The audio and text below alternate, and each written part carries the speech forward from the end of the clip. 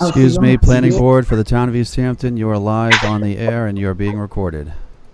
Thank you very much. Good evening, all, and welcome to the Planning Board's meeting, Town of East Hampton Planning Board meeting of September 1, 2021.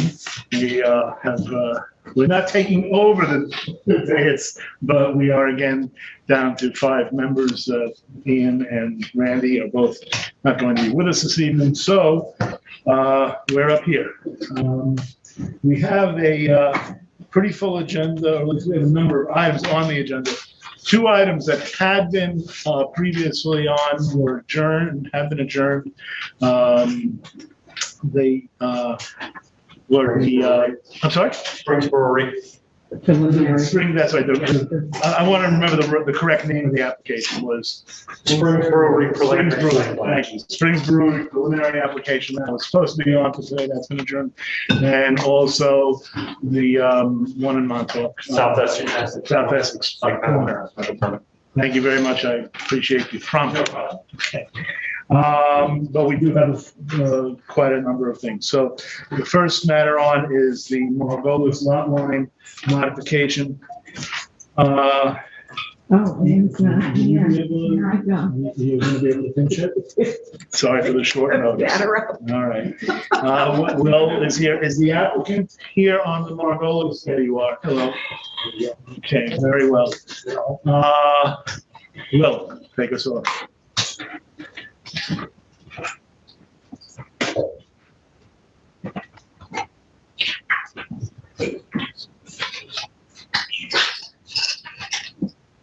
Okay.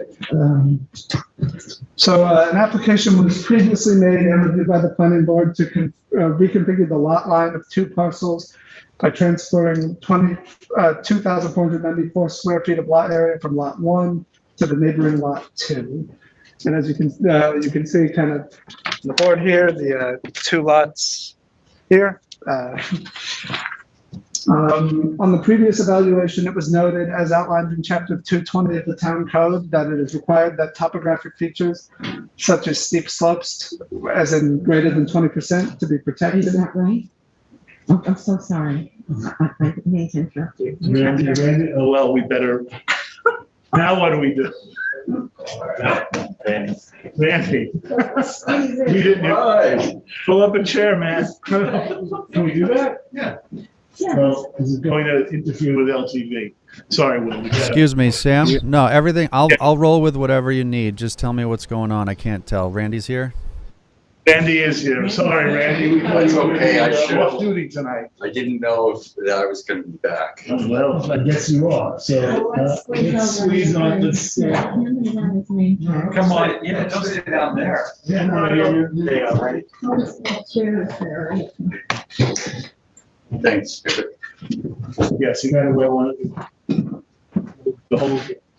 I guess we should bring a chair up. Yeah, it's good job. It's good job. Oh, because you're usually down there. You come over here. Slide down. I can see it. Okay. Yeah. That's right. Why don't you move over, Sam?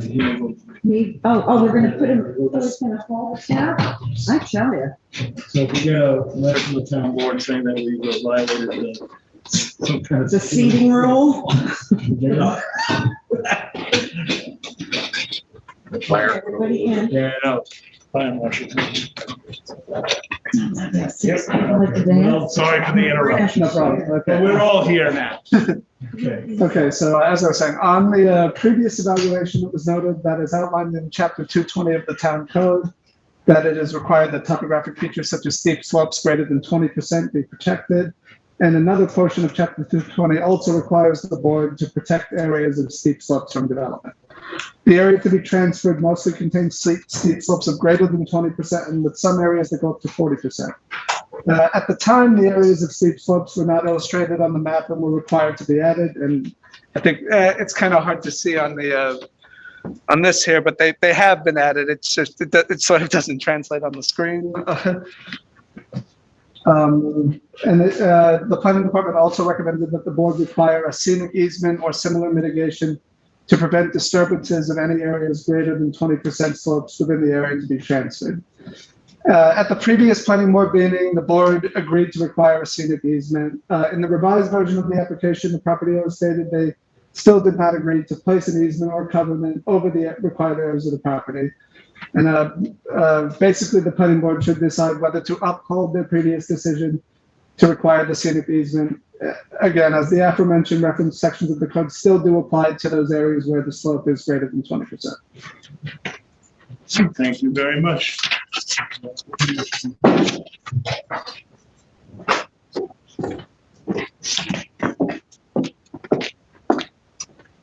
Good evening. I'm Shannon from Juice, Shannon McCaffrey. Since last meeting, we had the map updated to indicate the areas of 20% or greater slopes and the pool equipment dimension. After discussion with our clients, they're still not agreeable to placing an easement or covenant over the 20% slope areas. The goal of the application is to make the two lots more regular in shape and provide a more natural backyard to the already improved lot. Requiring a scenic easement would not provide a benefit to the community or environment. It would create a burden to both lots, which are average in size. The request being made is minor and reasonable. We would like the board to consider applying section 220-2.18, adjustment of property line to this application, rather than subdivision requirements. The proposal meets the requirements of the section. The proposed subdivision is no more than 2 lots and will not increase density. The 2,494 square feet of transfer area will be deeded to the receiving lot. The proposal will not have a significant environmental effect, and it will also not have an impact on the development of the 2 residential properties. Since these requirements are met, the board will be able to process this division by letter rather than a formal resolution. Those are the elements of 2.28. Yep, those were the 4 bullet points from that section. I submitted a copy of that code section, and I have more if you guys don't have them with you. If you want me to give them out. That's okay. You read that? Yeah. And I'm here for any other questions you guys might have. Okay, very well. Okay, Kathy, thank you for stepping in for your moments. Okay, well, I am unfamiliar with that part of the code exactly, and my feeling was that because these slopes are so steep that they should be protected. And the code kind of requires us to do that, from what I understand. I would just ask Thomas to take a look at the section of code that you read and give us a reading on that, and we'll just postpone our decision on this until we can consult with council about that. I don't think he'll be prepared at this meeting to really guide us in that way. Would that be correct, Thomas? Yeah, let me look at it and I'll come back to you. Okay, because, my inclination is to say, well, they need to give us the easement, but if this part of the code is something that we can apply, I defer to council on that, see what he can say. So I would just say, until we get that comment, can we get that reading? You want about that? Okay, just hold it over. No, I mean, that's fine. If Thomas is, when did you get it to? When did I submit that? When we made our last submission, I think I have a copy of the cover letter. I think it was I can read it. Yeah, no, if you have it, no, that's it. Decision on that part, and if Thomas hasn't. Ian might have read it.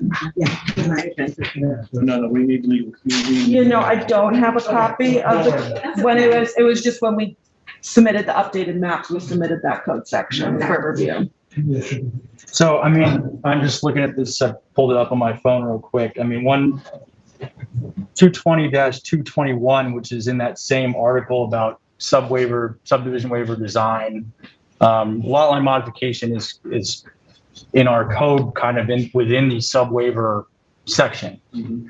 And it says 220-221, the configuration of lot line shall follow the guidelines of 220-1.09, and in addition provide for the requirements of part 3 of this chapter.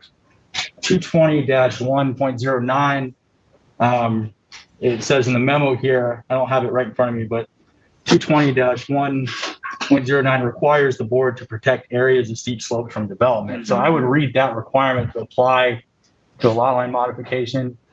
If you want me to look at it further, I can, but I think that's That's my take on it Yeah, too, but that- in the interest of, the applicant has submitted this, so I would ask you to give us a read on that, and we'll go from there. If there are two sections that appear Yeah. to conflict, then, probably a good idea. Yeah, I don't know that it conflicts exactly, Well, it's just a certain. Or thing. in But any case, application. Yeah, You got a question? Yeah, other than the legal debate or contention, what is the applicant's reason for not wanting to get scenic easement?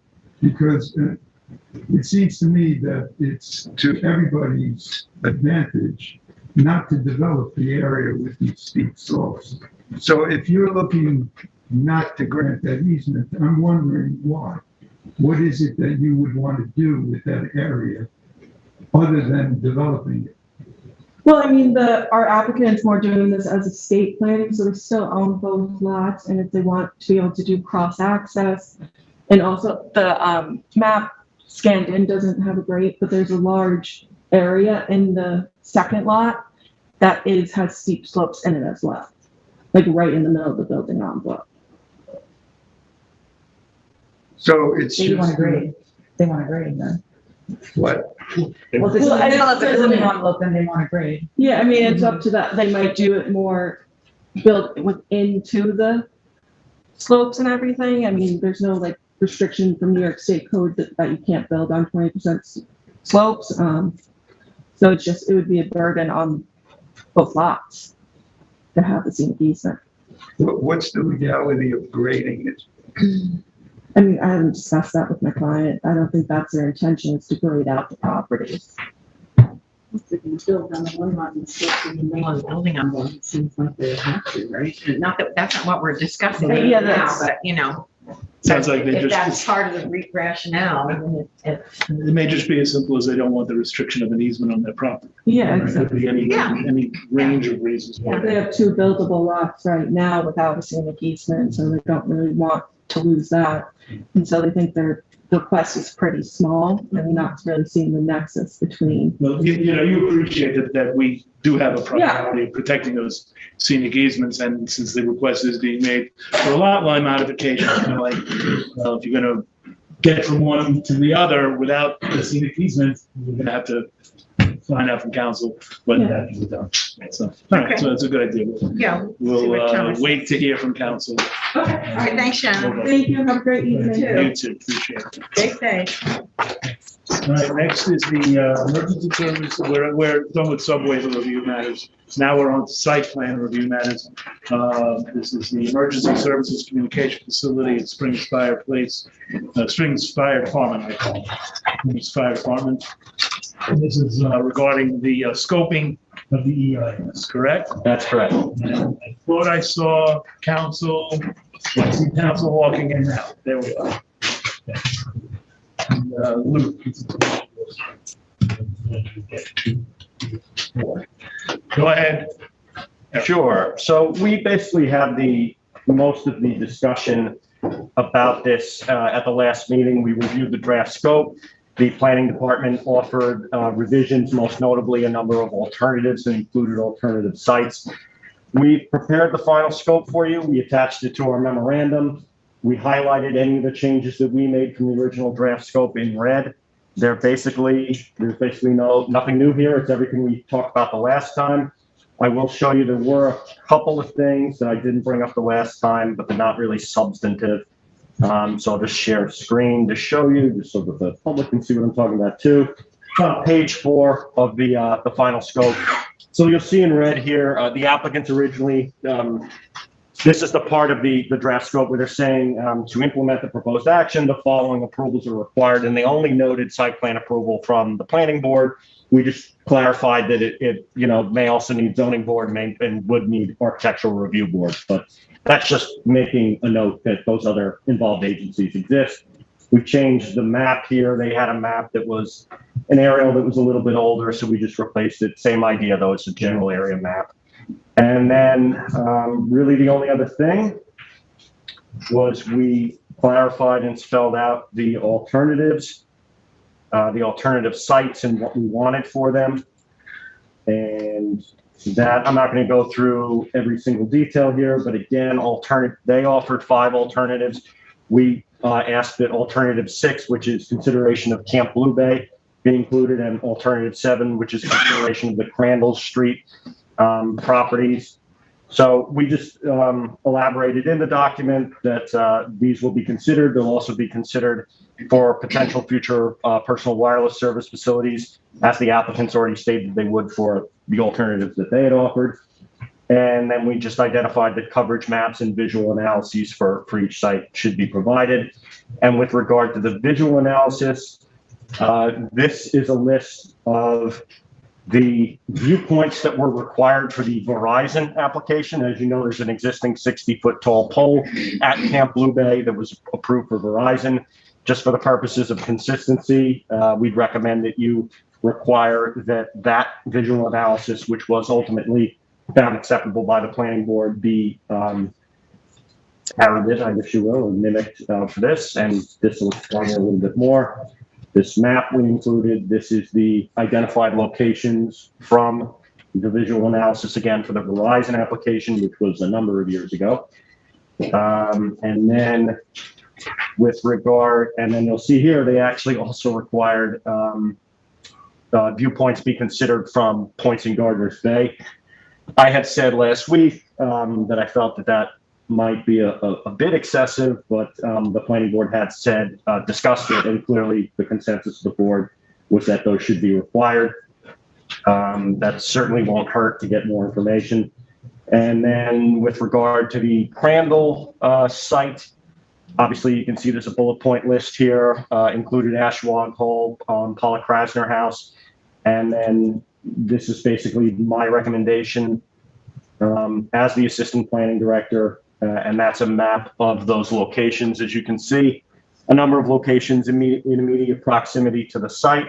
The 2 historic sites, which you'd see in the lower right-hand side of that map, which are, well, sort of the middle lower part of that map, which is Ashwag Hall and Paula Krasner. We also included points at Louse Point and at the end of Gerard Point. Those are pretty far away, but that is a scenic area of statewide significance.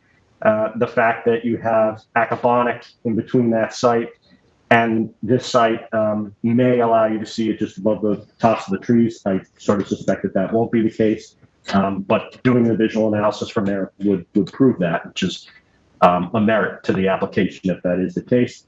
And then you can see there's a number of locations on the western side there near 3 Mile Harbor, Maidstone Beach, and just various areas of public beach access that are also within a scenic area of statewide significance on 3 Mile Harbor. So those really aren't additions. That's really a clarification and a narrowing down of the specifics for those 2 alternatives that we requested and that the board said that they are going to require. So hopefully you've read the revised scope, which is the final scope as we propose it.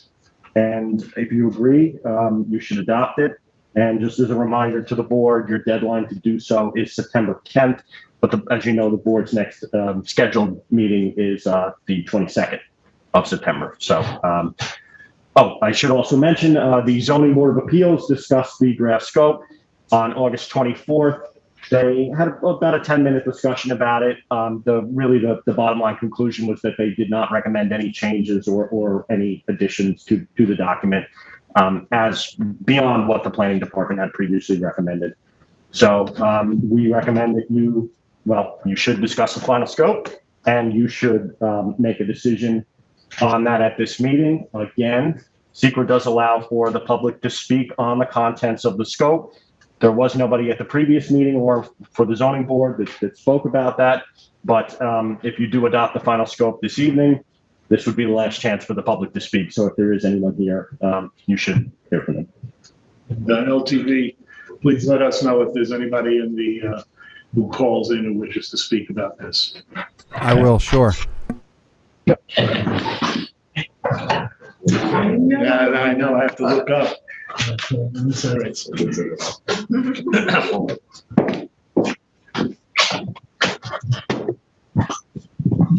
Good evening, everyone. Carl Iris, I'm a local attorney. representing the Springs Fire District Board of Commissioners. Also, there are, there's a counsel for the co-applicant, and he may be on the phone. Just want to let you know if somebody comes up that might be who it is. His name, that would help.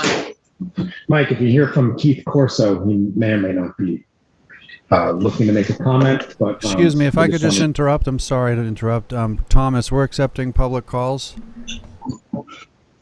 Yeah, just after Mr. Irish speaks, let us know if anyone's on the line. Okay.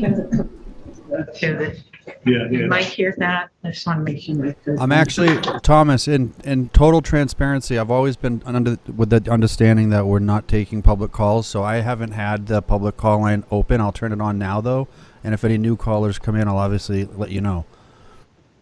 Thanks. We will be on to. Thank you.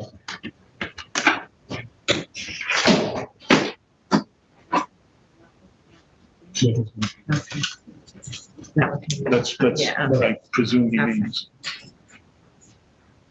LTV, you're putting the crawl on? In just a second. Once I have the phone lines open, like I said, I hadn't had them open because we haven't been doing this. Understood. Thank you very much. Sarah, Sure, I just wanted to give a second to see if they're. I think they're watching on LTV, so they can probably hear. Anyway, thanks for having us tonight. I have two things I want to discuss with the board. One is the requirement to evaluate other sites. I know we raised this, and I've had some conversations with counsel to the board off the record. But we just, if the board is going to proceed with this requirement, we think it's a little onerous. But if you're going to require it, we respectfully ask that the board clarify the details of what you're looking for us to analyze from the other sites. The other sites, we don't know where a possible similar structure could be sited. We don't know how high it would need to be. There are, these two sites, the Crandall Street site and the Crandall Road site and the Flaggy Hole site. One of them has a stale application before your board, and one doesn't have an application. So, we're just kind of curious what we can do to help evaluate those sites. So we'd appreciate whatever guidance the board can give us. There's no application, no contract vendee to apply, no lease, no design specifications. We just don't know what data to use for the analysis. you're saying you don't know where in the two alternative sites, physically where the tower should be located? Is that what your question is about? Yeah, we don't know where that would go, nor where this board might advise it to go. So we're kind of at a loss. May I speak? Because I think that's a fair point. Oh, please. Well, Yeah, I'm sorry. I have a problem to address that, because that seems like, it's the first point.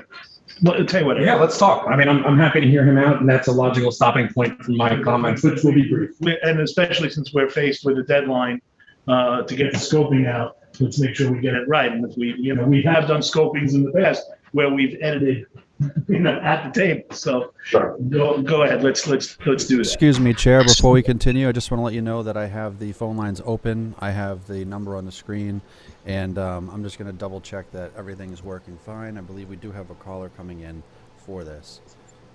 Very good. That may be co-counsel, so let us know the person's name. It may be someone from our team. Thank you. I'm sorry, the fellow's name is? Keith Corso, or it might be Tanya Negron. Okay, very well. Okay, Eric, why don't we cover that first? Sure. Yeah, and I won't elaborate further. Carl's right. That's something that I thought of being more specific in the scope about. I sort of decided to be a little more general to give the applicants the opportunity to sort of choose exactly where on those sites they thought made the most sense. And then I had basically kind of assumed that they would contact the police department communications technician to find out what physically is needed as far as a height for that tower. I apologize. We can hear you just fine. Yeah, I apologize to the robot. That probably didn't even get picked up on the camera, so everyone watching thinks I'm crazy. But But I guess maybe to be specific and to give the applicant some guidance, what I would say is to mirror, first of all, for the Crandall site, to mirror what was floated as a potential alternative in front of the town board, which was a 185-foot tall tower, basically in the dead center of the Crandall properties. It would not be difficult to find that. That presentation was put on the screen. There's a map put on the screen. I can share that with the applicants as well. But it was put on the screen during a town board meeting, so you could just watch that meeting and that presentation. It was in the last police emergency services communication presentation, a PowerPoint presentation. And then I would say at the Girl Scout camp, consideration of also a 185-foot tall tower in basically the identical location where the 60-foot tall pole is now. I have looked at both of those, obviously, for the town board, working on the emergency services communication upgrades. I believe both of those are logical locations. I believe those are also locations that probably would not need fall zone variances. They both maintain the appropriate distance under that section of the code. And they're both logical, you know, the center of the Crandall site is the logical location that gets it further away from most of the neighbors. And utilizing the existing compound area for that Verizon has on the Girl Scout camp makes the most sense as a realistic alternative. So if they want a specific recommendation, that's what I would say. For both sites, consideration of a 185-foot tall tower. For Camp Blue Bay, consider it in the immediate proximity to the existing Verizon tower. And in Crandall, consider it basically in the center of the property. But isn't the co-counsel, isn't the co-applicant Elite Towers? I mean, wouldn't they want, it seems to me, they are the professionals. I don't expect the fire department to know where to put the ultimate, what is going to ultimately also become a personal wireless facility. So I think those are great suggestions. I'm not saying that's not a good idea, but I think that the company that they're working with might also have an idea about where it would go on that. Well, that's why I left it somewhat open-ended. Right. So I want to support that part of this, that yes, what you're saying makes sense, but if Elite Towers goes in and says, well, you know, this would actually be better for us here. And I will say, in leaving it open-ended, the benefit that you have is, as long as you're asking for consideration of that site, coverage maps, visual analysis, if you're specific, as I just was, as a maybe an amendment to what I had presented to you, then that's what you're asking for. It's very specific. The more broad you are in what you're requesting, you know, they may come in with a 150-foot tall tower and say it doesn't provide any coverage. And you might say, well, you know, okay, but let's also consider maybe something taller, something over here, something over there. Obviously, you don't want to be amending things and requiring additional information of them ad infinitum. And you certainly are not permitted to do so under SECRA. But it does, at least, you know, the way I phrased it with a general description gives the applicants the opportunity to basically craft that alternative as they think is appropriate and needed. But if you do want it, but they seem to be asking for something specific, I think those two specific, you know, locations and heights I get it. Make sense. Yeah, Really what I think realistically you would be looking for in that. No, but Kathy raises a good point in that this is, while the planning department is making this as a suggestion, really, announced it, that they're free to follow that suggestion, or if their particular requirements might not comport with that suggestion, then they can come up with something else, as long as it's within these two sites that have been defined in the planning department's update to the draft EIS. Exactly. It's draft scoping, I should say. In some of the back and forth on the Blue Bay site, some of the technical people or the town board involved have said that it could be a lower tower, that the grade is higher there. So in terms of the visual analysis, shouldn't we use the 150 instead of the 185? That's, yes. Obviously, you'd want to keep it really as low as practicable. But that's why I left this sort of open-ended, that the applicants could perhaps go to the police communications technician, say, what is exactly what you might need in this location here if we were to do it. But in my conversations, it's my understanding that it would probably be something more in the 185 range, but I don't know that for sure. So Yeah, I mean, the thing that I think we'd like to avoid is having them come in with towers that are too low to meet their service needs and say, therefore, it won't work. But maybe the recommendation would be to take visuals from 140 and 150 and on up, so we could get a better sense of what that would look like on up to 185. That's, I don't want to start at 185 if we can manage at 150. I think that's really important. 35 feet is a lot. That's a lot of tower, especially in that area. So maybe there's some, graduated height that can be suggested. certainly makes sense, and that's the discussion for the board that you're having now and you should be having. So, yeah. So I interrupted. It's called down to the applicant. And Just one other point of clarification. The fire department is working with Elite Tower.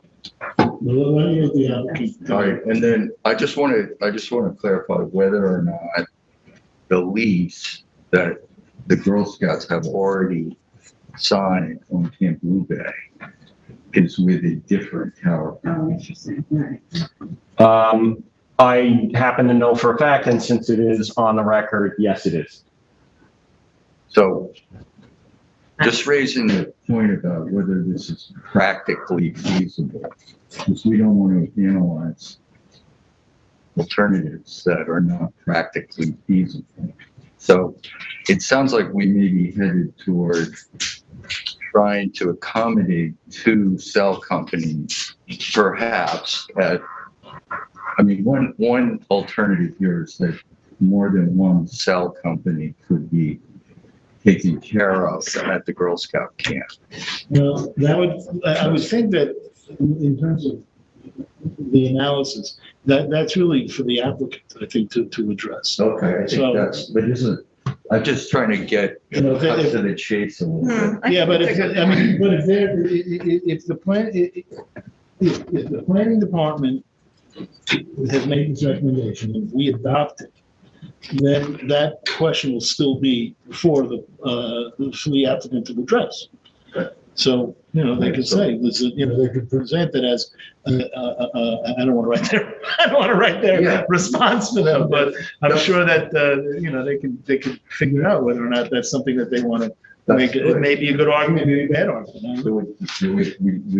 The idea of partnering with another cell company is certainly within the realm of alternatives. Yeah. Okay, all right. Let's let the applicant continue, because, that is, again, it's another issue that perhaps planning department can respond to on the spot. Thank you. Just as far as the idea of partnering goes, I mean, there are kind of competitive trade knowledge that competing companies might not, as far as I know, they're very protective of those things. So I think there isn't going to be a convenient way for us to get information from American Tower about anything unless if something came up, which is one of the issues that we have. We've got this kind of sale application and a non-application. So that's why I raised this issue, and I'm glad we're discussing it, because look, we want to help the board with your review, and we want to keep moving along. So we're happy to let you guys know what we kind of foresee as potential issues, so we can try to iron them out tonight. And speaking of issues, I have something else.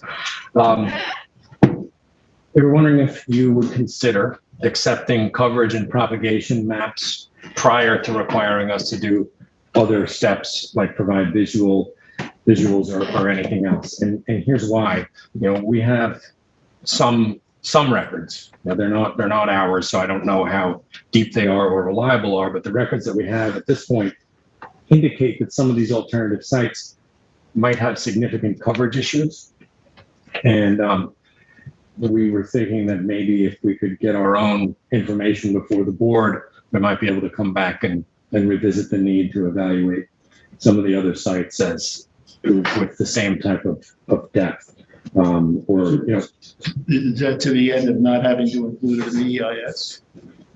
We still have an EIS, but if there were such coverage issues that the board thought were significant enough that it seemed unlikely that an emergency communications equipment or cellular equipment may not be viable at either of these other two sites, then we're kind of hoping that if that happens, we might not have to.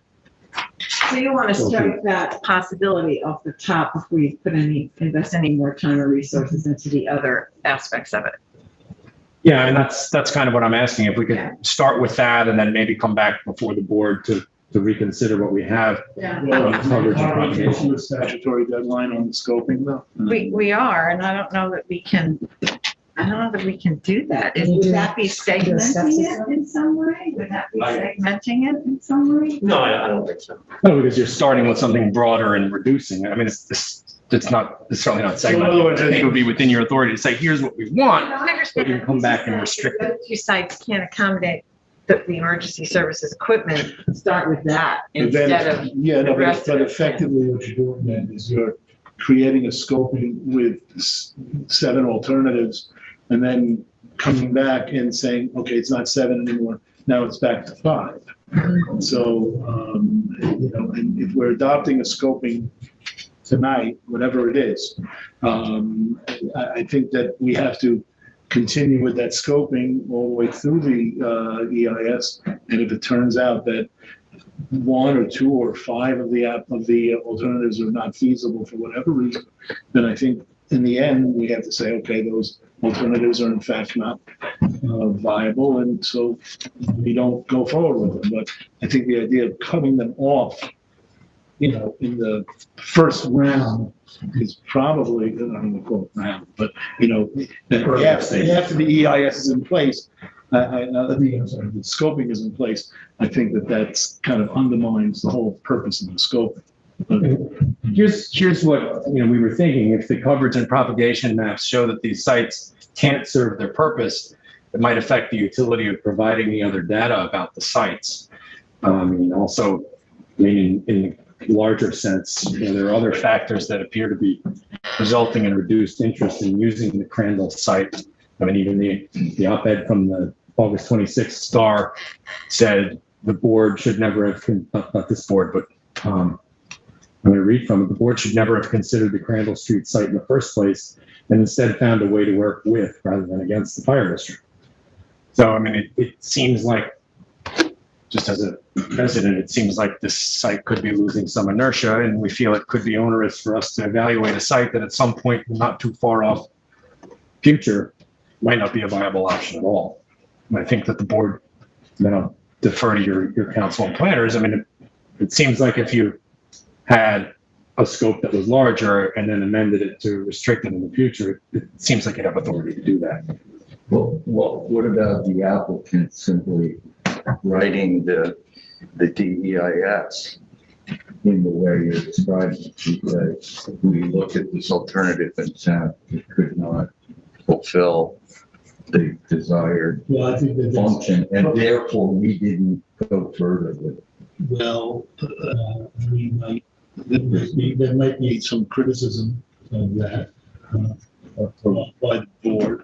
I could see where you might say that, that's not a satisfactory analysis if that was. We'll probably prefer the board to make the determination. We want to work with you, so Sam, I guess. real quick, hold on, just real quick. I don't, if you make the scope, that they have to provide coverage maps and visual analysis, we've done other EISs where once the applicant, does the research or does the work on the coverage map part, and if they come back it's a big if, and say that the coverage maps show it's not feasible, then the board can make a determination at that time whether it's worth it to provide visualizations of that. I don't think that would, I think you can draft the scope, or the scope as really currently drafted can be, implemented in that way without causing problems, at least from a legal standpoint. I mean, if you want to include, that they have to provide coverage maps and regardless of the results, visualizations, you can, but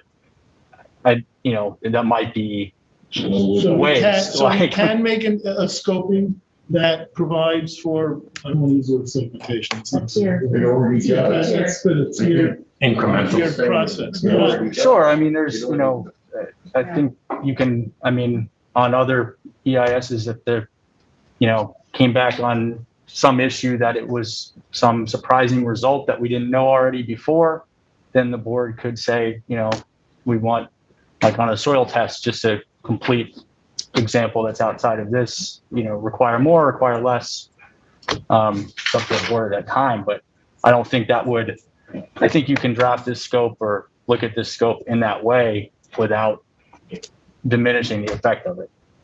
When counsel for the applicant is finished, I'd like to speak to that, sort of reinforcing what Tom's is saying, but just adding another All right, point. well, yeah, go ahead, because, I recognize that there's a cost issue, significant cost issue. Am I correct on that? And that's one of the issues that's. Yeah, why go through the, why expend the resources to pursue We something? don't want that's- to, I get it. So, okay. So we can have the town's expert review this document, the DEIS, and whatever they come up with, are we gonna have our experts review it? Coverage maps. It's not gonna be just. I'm just looking at the language right now, but why don't you continue? Okay, just one more thing. In the memo from council, there was a reference to the Webster case where there were two competing applications at the same time. And one of the alternatives here, which is reflected by the current facts, is an important distinguishing set of factors. We have existing equipment that the fire department uses in the existing pole. So, the fire district's own internal need for a communications tower is not exactly the same as the need for the police equipment to go somewhere, though they're codependent. They could be codependent. There also are, the fact that there are wireless-based applications that the fire department would like to optimize its use of for dispatching and personnel management and emergency response, though there are those things that are related to some aspects of this application, like the police equipment and any future potential cell equipment. There are also there's a third set of equipment here, and it's the fire district's equipment, what we use and has been operating on this pole since it was built. I don't understand your point. What are you trying to say? The one of the in the memo there was offered as a basis to include looking at other sites. So I am going back to the first thing I talked about when the memo was offering guidance to the board about including alternatives 6 and 7, which were the off-site alternatives. It relied on a case that had some important factual distinguishing criterion. But I'm not able to relate what you're saying about the equipment to that. I'm not getting The it. fire district and department will always have a need for its own pole. So How does that relate to the case that Tom? that's one of the alternatives that we offered. No, I understand that, but I don't think anybody is rejecting those as alternatives. We just want to include 2 more. And that was what we understood you to be objecting to, is to include the Crandall site and the Camp Blue Bay. Yes. And We're not rejecting the 5 that you yeah, proposed. I didn't take it that We're way. just adding 2 more, making 7 instead of 5. So does that answer your question? I'm not sure. No, I think I think the conversation is adequate, and I've made the record I Okay. needed to. Just, I We have this existing really equipment. just trying to understand you, that's all. Go ahead. Well, right, to that point, Carl, right now, the department is applying for an 185-foot tall pole that could handle emergency equipment, all three of the uses that you mentioned, cell, emergency services, and fire department. So that's what you've applied for, one that could do all three. True. Right? Okay, well. Let me just direct the question to Thomas. Excuse me, Chair. Could I just make a point? I just want to let you know that we have two callers on hold, in case you wanted to take them. Can we get their names? Let's just get through, We'll get through our conversation. yeah. I'm finished with my comments, so if you have any questions for me, I'm happy to. concerned that one of them might be Co-counsel. co-counsel. That's why I'm asking who the names are. Because if they have co-counsel. I think Mike has to let them in before he can find out their names. That's true, Chair. Yeah. I might be able to figure it We're out. going to have a back channel conversation to find out if he's on the line. Yeah, all right, well, let's do that then, because if it's co-counsel who wants to get in, I don't want to deprive him of the opportunity to be here. Corso is the last Keith name. Corso, or maybe Tanya Negron might be the other person. Okay, both no, part of our I team. don't see that name, but I'll take the first one if you'd like, Chair. Let's see who they are. It's up to the board. Something real quick? Can I say something very quickly? Before the caller. Want to call? Well, yeah, continuation. Yeah, let's finish this up. Yeah, let's just finish All this. right, okay, Yeah, well, let's we'll finish hold off this. for a moment, LTV. Let's not lose our Okay. thoughts here. Only a moment. I just want to say, to the applicant's attorney's proposal to prepare those coverage maps first, my understanding of the process under SECRA, and Thomas, correct me if I'm wrong, but I think they can do that. If you recall with Wayne-Scott Commercial Center, you adopted a scope, and then they came back with a draft environmental impact statement. You reviewed it and said you didn't include A, B, C, D, E, and that process. That goes without saying, that if the EIS is, inadequate for the purpose of it doesn't meet the scoping, then, yeah, we can come back and say, listen, you missed, Well, you missed- not only can you have to, Yeah, okay, even better. so- But what I'm concerned about is the idea that we go into the process with the certain knowledge that they're going to say, either these coverage maps work or they don't work. And so that makes it, like Sharon's word, tiered. I'm wondering, Thomas and Eric, you can chime in.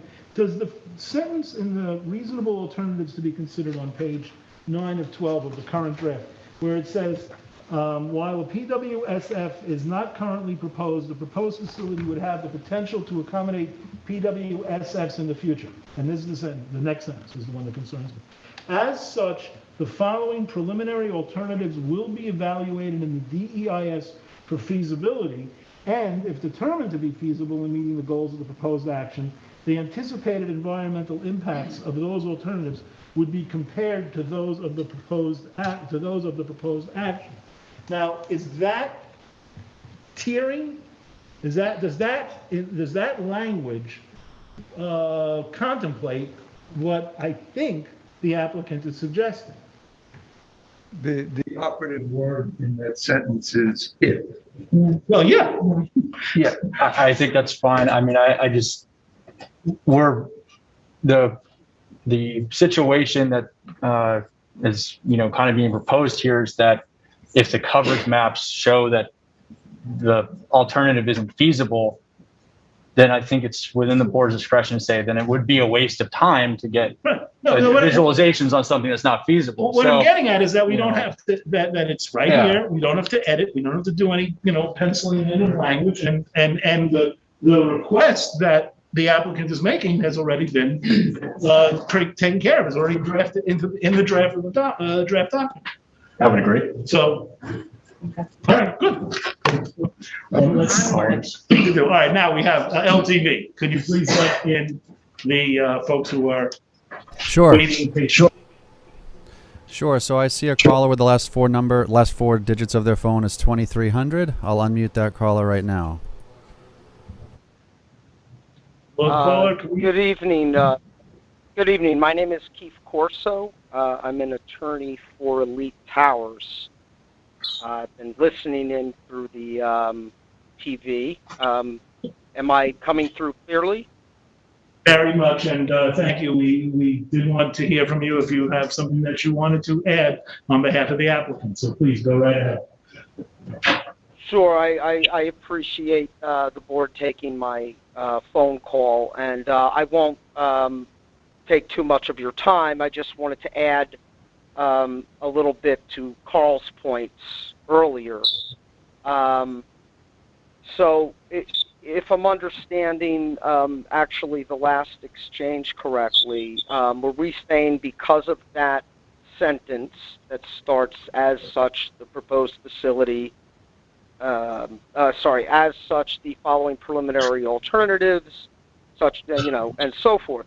You're saying that that itself would allow the board in the course of the review to, if something became unfeasible because, let's say, there was no coverage, then that part would allow the board to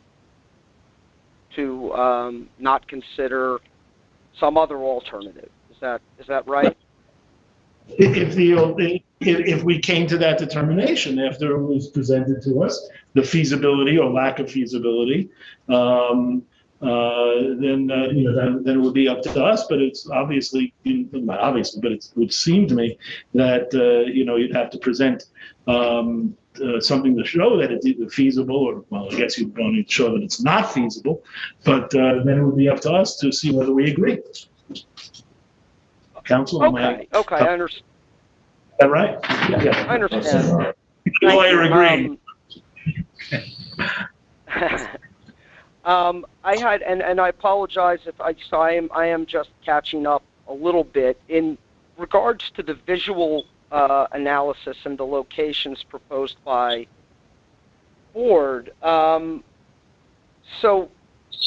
to the extent that the visual analysis would require us to set up a crane or float a balloon or something like that, how would we go about doing that since we, the Elite and the fire district, don't have any sort of property interest or lease or anything like that, or right of entry to go on the properties, an alternative number 6 and alternative number 7? I'm going to defer to the planning department on that. How did you see it going? Yeah, I mean, that is a valid question. I suppose, first of all, well, maybe I should be at the mic. Yeah, probably a good idea.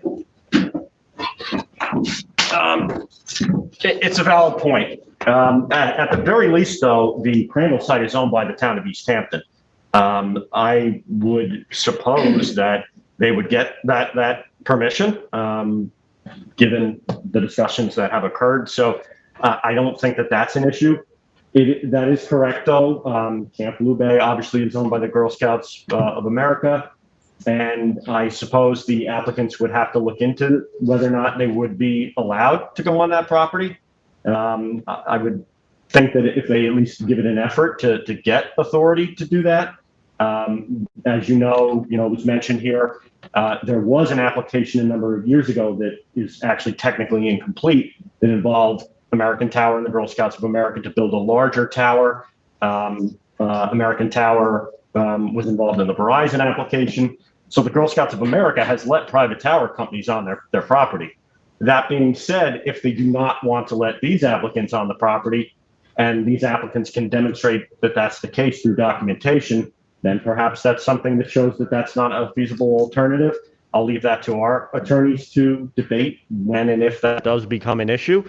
But I think that there should at least be an effort made to contact them. Yeah, I mean, when we had the Iacono Tower, and the suggestion was to try the Bull Path property, there was no problem with getting that alternative scoped out. Well, that's kind of. If I may,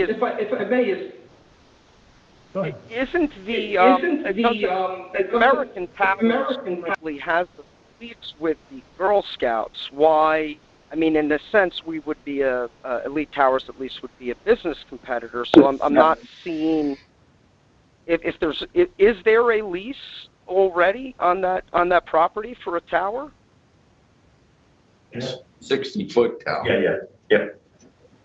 So just the 60-foot tower. So I guess, okay, but as long as the board, I suppose, could understand that there may be a lot of practical limits of us being able to do this for the simple fact that our competitor has lease rights on this property that we have no rights to, if that makes sense. I think we understand that, and Okay. You reach out and see if you can do it, and if you can't, then we'll deal with it. Eric, isn't the town, Okay. hold on, Mr. Corso. Isn't the town Sure. in talk with the owners of Camp Blue Bay right now? So couldn't this applicant work with the town as they would for the Crandall property to accommodate them on the Girl Scout Camp Blue Bay? Sure. There's a lot of speculation going on there. Yeah. Let's not get ahead of ourselves. It's possible. Let's look, assuming that we adopt the draft scoping as proposed by the planning board, and that includes these other two alternatives, then the applicant will make whatever efforts. Try. You'll make the efforts, you'll explain what the efforts are. I don't mean to say you, but the applicant will make the efforts. The applicants will explain what efforts were made and what the results were. And, we will address that as if and when it comes before us. And if you have trouble with Camp Blue Bay, reach out to the town. Well, that'll be let's leave it to the applicant to decide how they want to do things. But it's a That's the- suggestion. They're asking for specifics. They're asking for specifics. Okay. Well, okay. I only had one more question, and then just one more point if the board, if I have time left. Yeah, sure. Okay, great. So just a quick question: as the either the property owners or prospective tower companies, however that'll be working on site alternative 6 and alternative 7, I was curious if either of them will be submitting any coverage maps or any visual analysis on their own behalf in connection with their own applications. That's nothing that we would know anything about sitting here. It has nothing to do with this So application. that's not, that you're free to investigate that on your own for your own purposes. But as far as we've got a very narrow area of concern tonight, and that's the drafting of this scoping, getting drafting a scoping done. We don't have applications from staff. I don't know what we have, and if we do, I don't. Off the top of my head, I don't know what we have or don't have. I mean, there is some sense to the notion if we get an application from another applicant for the same site, there might be some cost savings for them to use. That would be something for them to raise in responding to the scoping that we're doing tonight. We got to keep within the lane right now. Okay, Mr. Corso, was that everything? Yep, and then, just the last point was I'm a little unclear on, I'm looking at the sentence that says, coverage maps for potential future cellular service providers, and I was hoping the board could clarify whether that refers to potential future cellular service providers at the fire department site, or whether you're talking about other sites as well.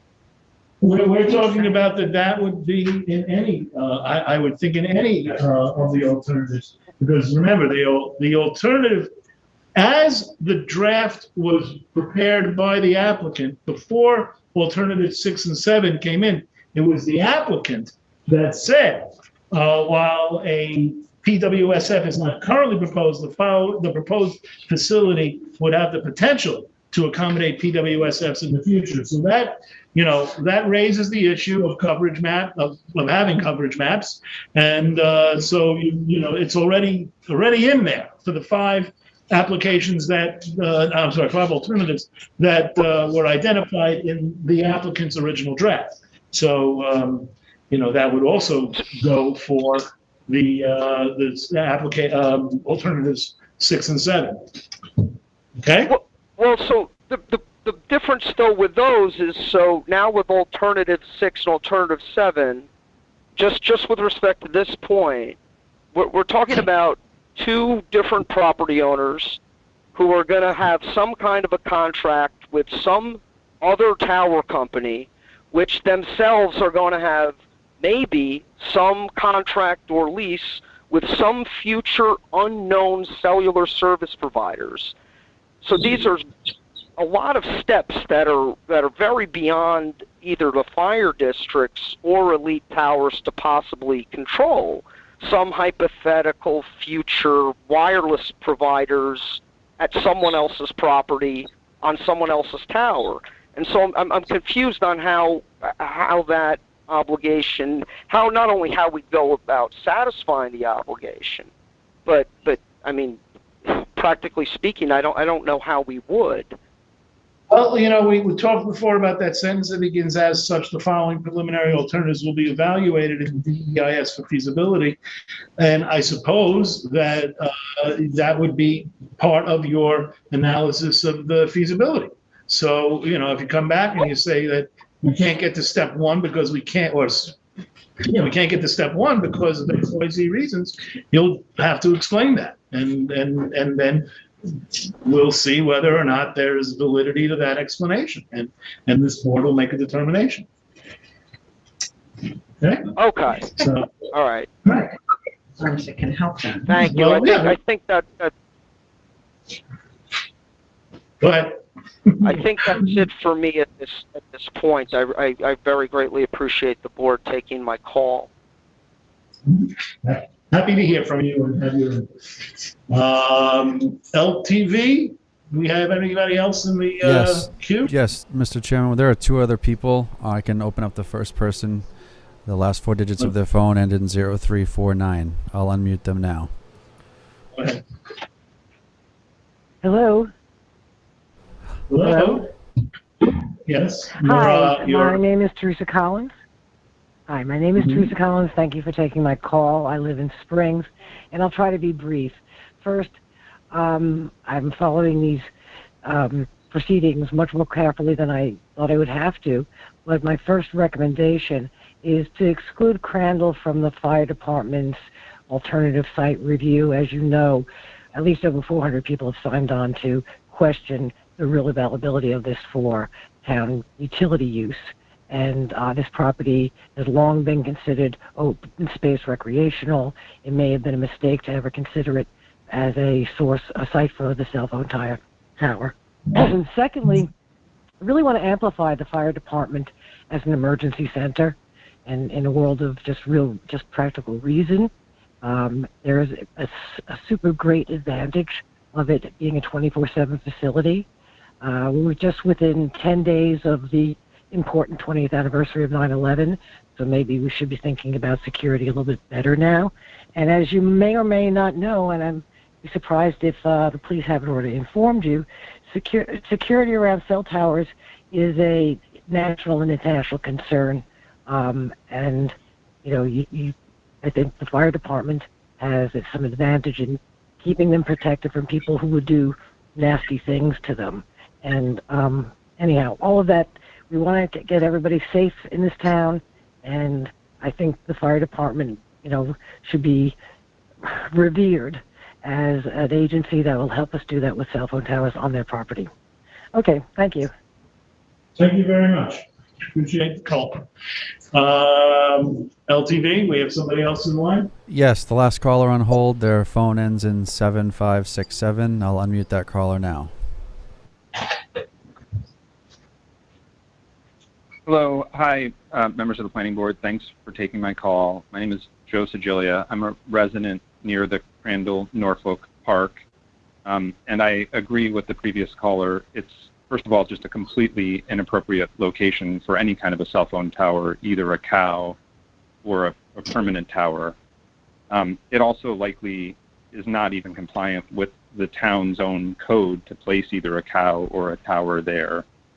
So my question for you all is, why is it even being proposed by the town board? It seems highly unorthodox and inappropriate to be suggesting that the fire department consider the Crandall Norfolk location.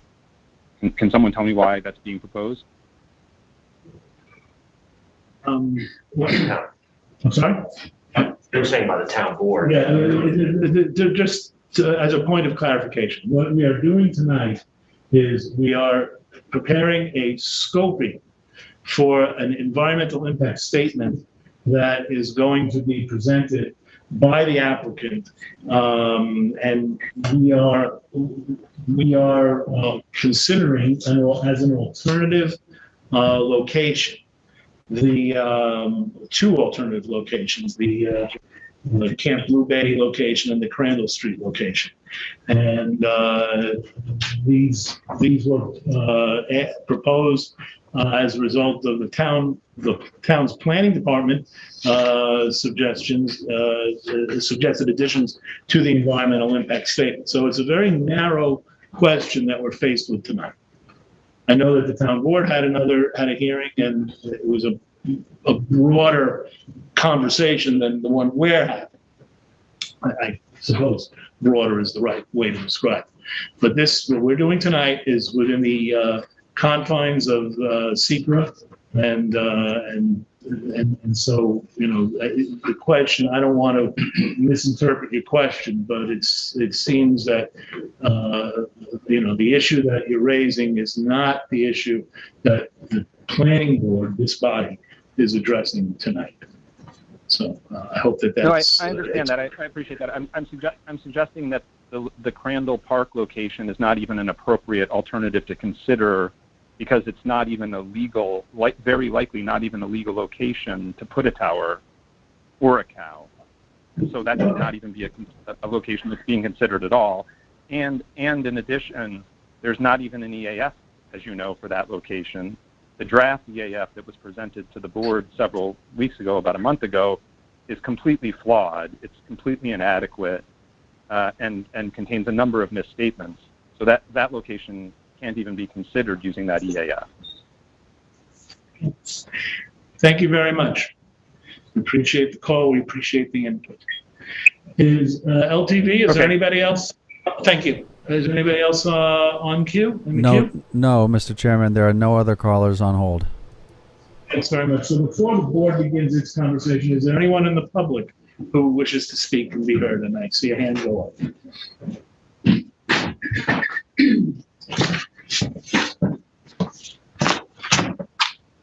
Good evening, Richard Whalen. I'm an attorney. I represent neighbors in the Talmadge Farm Lane area and adjacent to the Springs Fire District property. And as you know, we're opposed to the tower on the Springs Fire District property. First of all, in general, and I've stated this previously, that we support the proposed scoping outline that the planning department has recommended. I do want to address the things that have come up this evening that Carl and his co-counsel have referred to. First of all, I understand the principle where Mr. Irish is coming from when he says you could potentially do a DIS and you realize at some point that these alternative sites don't have the necessary coverage. All right, in theory, that could happen. I'm very skeptical that would actually happen if things are done objectively, because first of all, the town of East Hampton has already looked at and actually has proposed towers potentially at both the Crandall. First, I want to go on record saying, well, my clients are not in favor of the Crandall Street site either. All right. Nonetheless, you're doing a DIS, you have to look at the alternatives, and you have to start from an objective standpoint. Now, if you're looking at all these things objectively, the town of East Hampton, they have electronic and telecommunications specialists themselves, and we know that the town at least believes that both the Camp Blue Bay site and the Crandall Street site, regardless of their other merits or demerits, could accommodate a tower that would work with the police communication system. And the Springs Fire District from the very beginning has touted the utility of this tower for town police communications as one of its benefits. So if they come back and say, gee, surprisingly, we found that towers at either, the Crandall Street property or Camp Blue Bay will not actually work under the town, in the town's police communication, emergency communication system, all I can say is that would be very surprising information. So I don't think we can prejudge that. If somehow that's what it comes out to be, they'll submit to you and say, we didn't go any further. We didn't do a visual analysis because we found that these sites don't have the necessary coverage. And you'll evaluate that, but you think that they're wrong. And that, in fact, the sites did have coverage and they should have looked at them in terms of their visual impacts. Well, you'll deem the DIS incomplete. So, I think we're all kind of on the same page with that. The other thing I just wanted to say is regarding the accessibility, the applicant's ability to get onto or access these alternative sites. First of all, most photo simulations, you don't necessarily have to go on the property. I mean, you have topographical information and other geospatial information. A lot of visual or photo simulation work is not done by going on to the property, putting up a tower or even floating the balloon. There are other ways to do it. So I think there are ways that the applicant or the applicant will be able to find ways to produce, if they do an honest job about it, I think they'll be able to do it. There are ways for them to produce a photo simulation of towers at those alternative sites that would be useful to you. So we're in favor of the scope as it's been proposed, and we would ask you to move forward with it on that basis. Thank you. Thank you very much. Thanks, Rick. Okay. Lou? Yeah. Floor is yours. All right. Finally. Yeah, I have a couple of points. One of them hasn't been discussed tonight, but it was discussed a couple of weeks ago. I wasn't here, so I just want to put my 2 cents in for what it's worth. It has to do with the language that was put in about considering the possibility that this tower will also accommodate cellular service. And the way it was talked about, it's almost as though that language was put in by the applicant as some sort of courteous accommodation. And I think, I just want to, just cut through that and say that everyone knew from the point when their lawyer, when Elite Towers attorney spoke at this podium and said directly that their intent is to have cellular antennas on this tower. So to make it sound as though it was an accommodation, I think is just not being honest. And that leads me to the next point, which is what's been exhaustively discussed here tonight with regard to the alternative sites. I'm getting the feeling that the applicant is going to be, they're going to comply with the scoping language, but almost reluctantly with regard to doing the comparison. And that gives me an uneasy feeling, because if we're going to look at this properly, fairly, we need to know all the facts on an even keel basis for all the sites that are being looked at.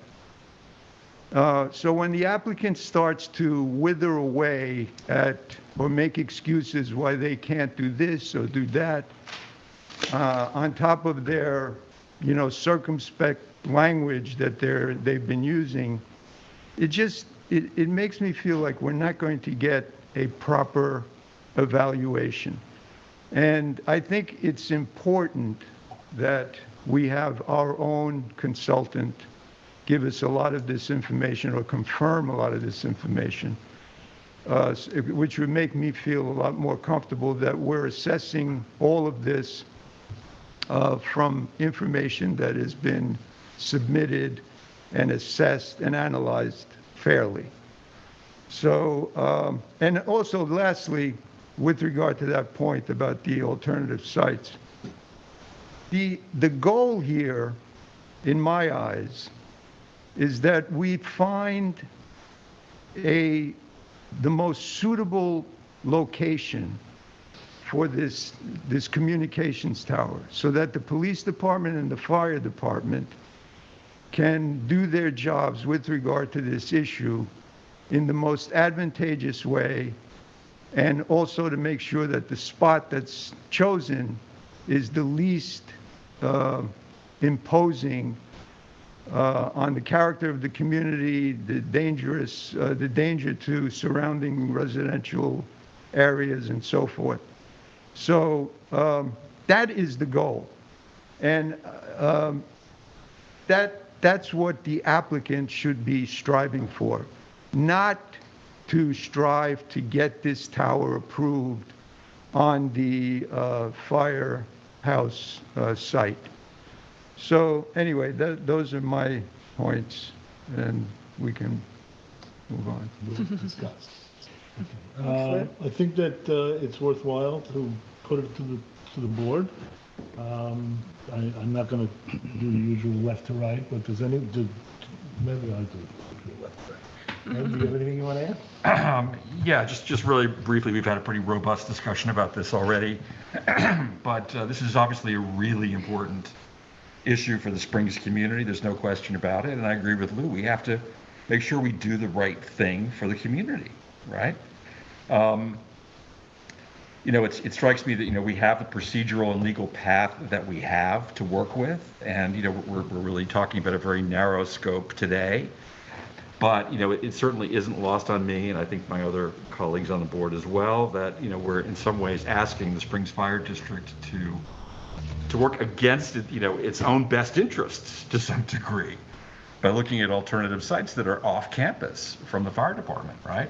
We're kind of asking them to solve a problem the town has, which is, not only the need for the fire department emergency services communication, but the police department.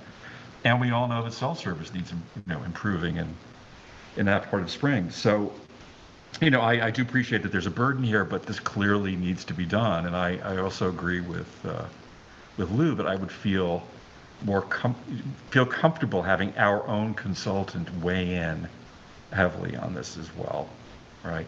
That we can't leave this entirely up to the applicant and the co-applicant, who is in particular working against his own interests, to come up with a legitimate scoping of the alternatives. That's it. I don't know about the word interest as much as maybe desires. All right. Might be, All right, I'll go with that. Kathy?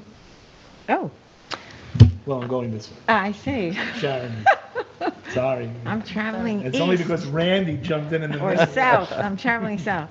Well, I agree with, I understand the applicant's position, but it's typical when a positive declaration has been deemed, an application has been deemed to have a significant environmental impact and a positive declaration is declared, that the environmental impact statement needs to be prepared, and the scoping document is just part of that process. And while it may seem like the applicant has to, solicit information against their interests, it's like that for any applicant that has to do, whose application has been given a positive declaration under SECRA, because the alternatives are what the entire community needs to know about, and including the applicant, because the goal here really is to say, well, maybe there's a better place for this, and maybe you'll discover that through your investigations. And thank you for doing it, but this is what we're requiring. So I understand that, and I have, I have empathy for their position, but I think the scoping document is good the way it is. I think You mean the draft from the planning department? the scoping document that's been proposed, the draft, yes, I'm sorry, I didn't say draft. The draft, the draft scope is sufficient, and I think we've given the applicant lots of detailed information and direction on how to get where they need to go. like to feel more that we're partnering with them on this than there's an adversarial position on this, which I think is a little bit of what Lou was kind of alluding to. You know, to my mind, this isn't a loyalty test to the fire department. You know, this is not a loyalty test to the fire department. The fire department is an essential service, but we've got to follow our protocols here. There's a plan, you know, there are code requirements in place, and this is what we have to do. So I would recommend that we adopt this draft as written and thank the applicants for working in the best interest of the community in every way. Very well. Brandon. Yeah, I would, I agree with my colleagues. And in particular, I would like to emphasize Lou's point that we had testimony from an attorney representing Elite Tower saying that they funded the tower at the fire department and that they would fund a new larger tower, and that the reason that they would make that kind of a speculative investment was not because they think the fire department's great, but because they have a reasonable expectation of putting cell service on the tower. So we're not, that's what we have in our record already. Okay. So I think there are a number of underlying economic issues here, which because the leases on these towers can be significant revenue for the landlord. So whether the tower's at the fire department property, in that case, the fire department will get the revenue. If it's at the Girl Scout property, the Girl Scouts will get the revenue. If it's at the town property, the town will get the revenue. I think there isn't we're not necessarily analyzing that in the DEIS, but it is a significant factor that there are competing corporations here. There are revenue concerns that the applicants have. That, as Lou said, the planning board's job has very little to do with who makes the most money from this. We're much more interested in that we get it right for the town and the communication system. I agree with Ed that we need to have our experts review the information. And I'm certainly ready to vote for the draft the way it is. And I think we're going to have an ongoing dialogue with the applicant as they find out more and we find out more in the collaborative spirit that Kathy mentioned. And that That's it. SECRA anticipates. Exactly. Didn't mean to throw that That's coda it. at you, but No, that- if there was a coda. So, Sharon. Yeah, I mean, the only thing I want to reiterate is the importance of analyzing these sites, really because we've got neighbors in all of these sites, right? So for me, the visuals have been important, but the fire department site has needed some, variances from zoning board in order to put it there. So we've got neighbors who are really upset about that. They feel like it's, a dangerous spot for their properties. So that to me makes it important to analyze these two other sites and give them that, give these neighbors the chance to possibly see if there's anywhere else in Springs that can accommodate a tower without, affecting neighbors and residences nearby. And I think everything else has been said, and I agree with everything that's been said by the board. Sometimes being the chairman of this board is really rewarding, and shouldn't say it's always rewarding, but sometimes it's more rewarding. This discussion, this analysis, I think, has been really us doing our job. And I think that's breaking my own pat myself in the back, really doing his job. Sharon's absolutely right. This is somebody's not going to be happy, very possibly, with whatever decision is made. It's possible that that won't happen, but it's very possible that. And the only way to know that we've made the right decision is to follow the law, because the law lays out a path. The law lays out a path of how an application that's not going to make a lot of people happy gets built ultimately. And I think that, I don't want to add, because everybody hit the points exactly. We're following the law. That's the point.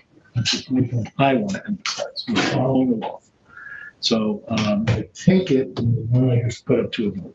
All those in favor of adopting the draft EIS as proposed, as modified by the planning department? Final scope. Final scope. Thank you. Thank you. All those in favor of adopting the final scope as presented tonight by the planning department, say aye. Aye. Any opposed?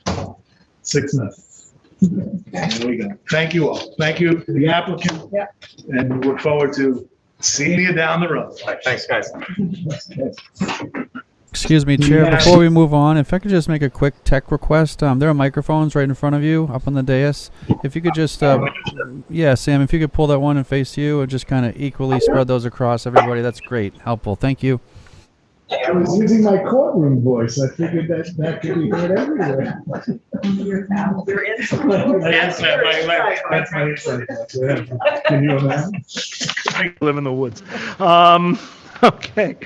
We have two matters on the, I'm sorry. No, I'm sorry. We have the 3 Mile Harbor Affordable Housing Study is the next item on the agenda.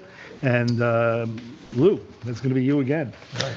Okay. I see the applicant is waiting. And so, Eric, take it. Sure. This was also discussed at your last meeting. The application is basically complete. We prepared an EAF Part 2 and 3. We recommend a negative declaration. I will point out, based on the board's post-meeting memo, there were 2 issues. One, that the board had requested that more native natural vegetation, woodland vegetation be incorporated in the landscaping plan. I've spoke with the applicants. They're in the process of preparing that plan. You also wanted some information about irrigation needs for wildflowers and landscaping. But those are relatively minor items. I don't think that affects your declaration under SECRA at all. And I think that it's probably actually something that you could have even before the public hearing. So we recommend that you do deem this complete and move forward with the public hearing. And we have, you have a resolution to schedule the hearing for this evening as well. Very well. Okay, so we'll pick that up at the end of this conversation.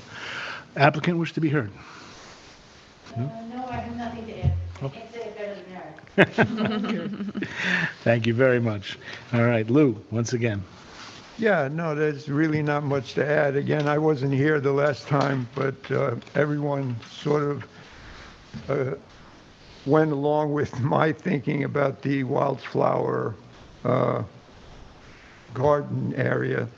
I love it. I think it's great, but I was always doubtful that it could be maintained and it would remain in its in the initial similar to the initial stage. So I'm glad that we decided to go more with indigenous plants, and so I'm in agreement with that, and there's really not much else to say. Very well. The only issue for us tonight is whether we wish to make a negative declaration. We're using the short form EAF. I'm going to run through the 11 items on the EAF. All of them have been listed by the planning department as no or small impact may occur. If anybody disagrees with that analysis, just stop me and we'll talk about that. Number 1, will the proposed action create a material conflict with an adopted land use plan or zoning regulations? Nobody? Okay. 2, will the proposed action result in a change in the use or intensity of use of land? No comments. 3, will the proposed action impair the character or quality of the existing community? Again, none. Will the proposed action, number 4, will the proposed action have an impact on the environmental characteristics that cause the establishment of a critical environmental area? No comments. Number 5, will the proposed action result in an adverse change in the existing level of traffic or affect existing infrastructure for mass transit, biking, or walkway? Again, none. Number 6, will the proposed action cause an increase in the use of energy and it fails to incorporate reasonably available energy conservation or renewable energy opportunities? None.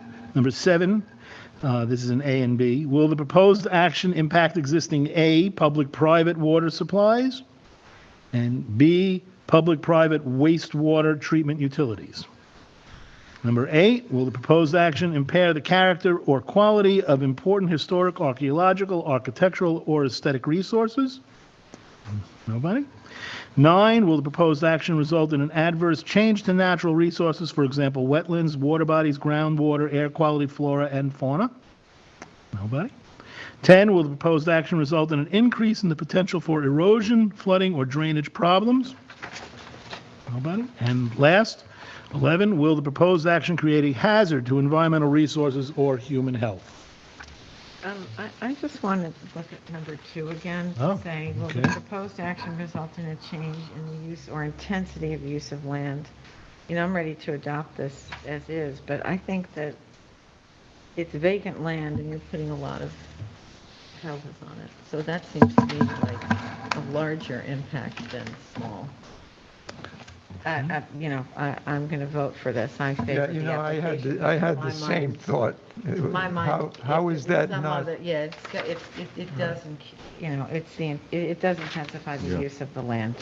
Well, if we go with. I would say it would be moderate. Moderate Yeah, to to large, large, yeah. we could still have a negative declaration. Exactly. That's what I'm saying. Just that move that for a negative doesn't declaration with the inhibit- changes noted. But I just feel like it's a more I honest. would, I support that too. Yeah. I had the same. I agree. Okay. Sharon? Yes, I And support she- that. Okay, so then we'll change number 2 to, will the proposed action result in a change in the use or intensity of land to moderate to large impact may occur, but bearing in mind that that change in that one question doesn't necessarily require a positive declaration. But if you wanted to make a positive deck, I suppose that would be a grounds for it. So let's just put it up for a vote. Does the board wish to make a negative declaration? Yes. Yes. Yes. Sharon? Yes. Sharon, Randy? Yes. Kathy? Negative declaration. There you are. Okay. Okay, now, while we're at it, Lou, while your throat is still functioning, if you would read in the, Need to make a determination whether it's complete. Right. oh, okay, I'm sorry. Thank you, counsel. Do we agree that the application is complete and ready to have a public hearing scheduled? Yes. Yes. Yes. Yes, yes. Yes. Okay, good enough? Okay.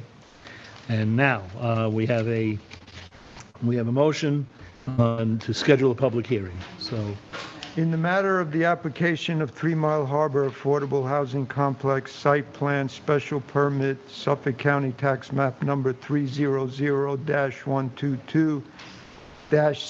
300-122-7-19, 20. This is to schedule a public hearing. I have read the resolution and I move for its adoption. is there a second? Second. All those in favor? Aye. Passed and carried 6-0. And Lou, We'll see ya. on September 22nd, you'll be reading in this little Whole darn bit of thing. paper there. Oh, the whole Time to thing. practice. Get your orange juice. Sam, Okay. can I ask Kathy a light question? It's a real softball. Do you, Considering that she's in the audience and not at the podium, one softball. Katie, I'm sorry. I'm wondering if you're thinking of a name for the project other than Randy Parsons Gardens? the 3 Mile Harbor Affordable Housing Project. Yes, we haven't vetted any suggestions yet. That is a placeholder. I vote for Randy Parsons Gardens. I will share with you that we will Gansett Meadow, AMG 531, all throughout the permit process. Okay. That was never our intention. We landed on Gansett Meadow. So yes, that's it. Yeah, that's great. So there's still a chance for Randy Parsons tomorrow. Right. We're open to suggestions. Yeah, let's start a movement. Yeah, that's what I. Put a statue of Yeah, him that's. in the front. Yeah, you'll get one vote, but maybe not the other 7. Just one more surprise. All right, we have, just so that, if, for those of you keeping score at home, we have 2 memos on the 2 affordable, I'm sorry, forgive me, the 2 artist studios applications, and then we're going to discuss a zone change at 27 3 Mile Harbor and 3327 3 Mile Harbor. Ed's Landscape. No, Ed's Landscapes is adjourned. Oh. It is? Oh, No, not that one. No. Yeah. No, Yes, South landscapes? Essex. Spring- South Essex. Yeah, I thought Brewery both was, were. you're right. I'm getting ahead of myself, and that is one of yours. It is. Okay, so we'll do, My you're right, moment and in the we'll be sun doing, here. yes, I know. I know it was- Okay, so we will go on now to Will. Is the applicant here on the Lucilla D'Agostino Artist Studio application? She here is? I don't think either one Yeah, of them. yeah, no, they're not, but I'm just asking to make sure. Okay. Yeah, no, that I know. That I, and we appreciate your accommodation the last time it was on. It will be heard tonight, rain or no rain.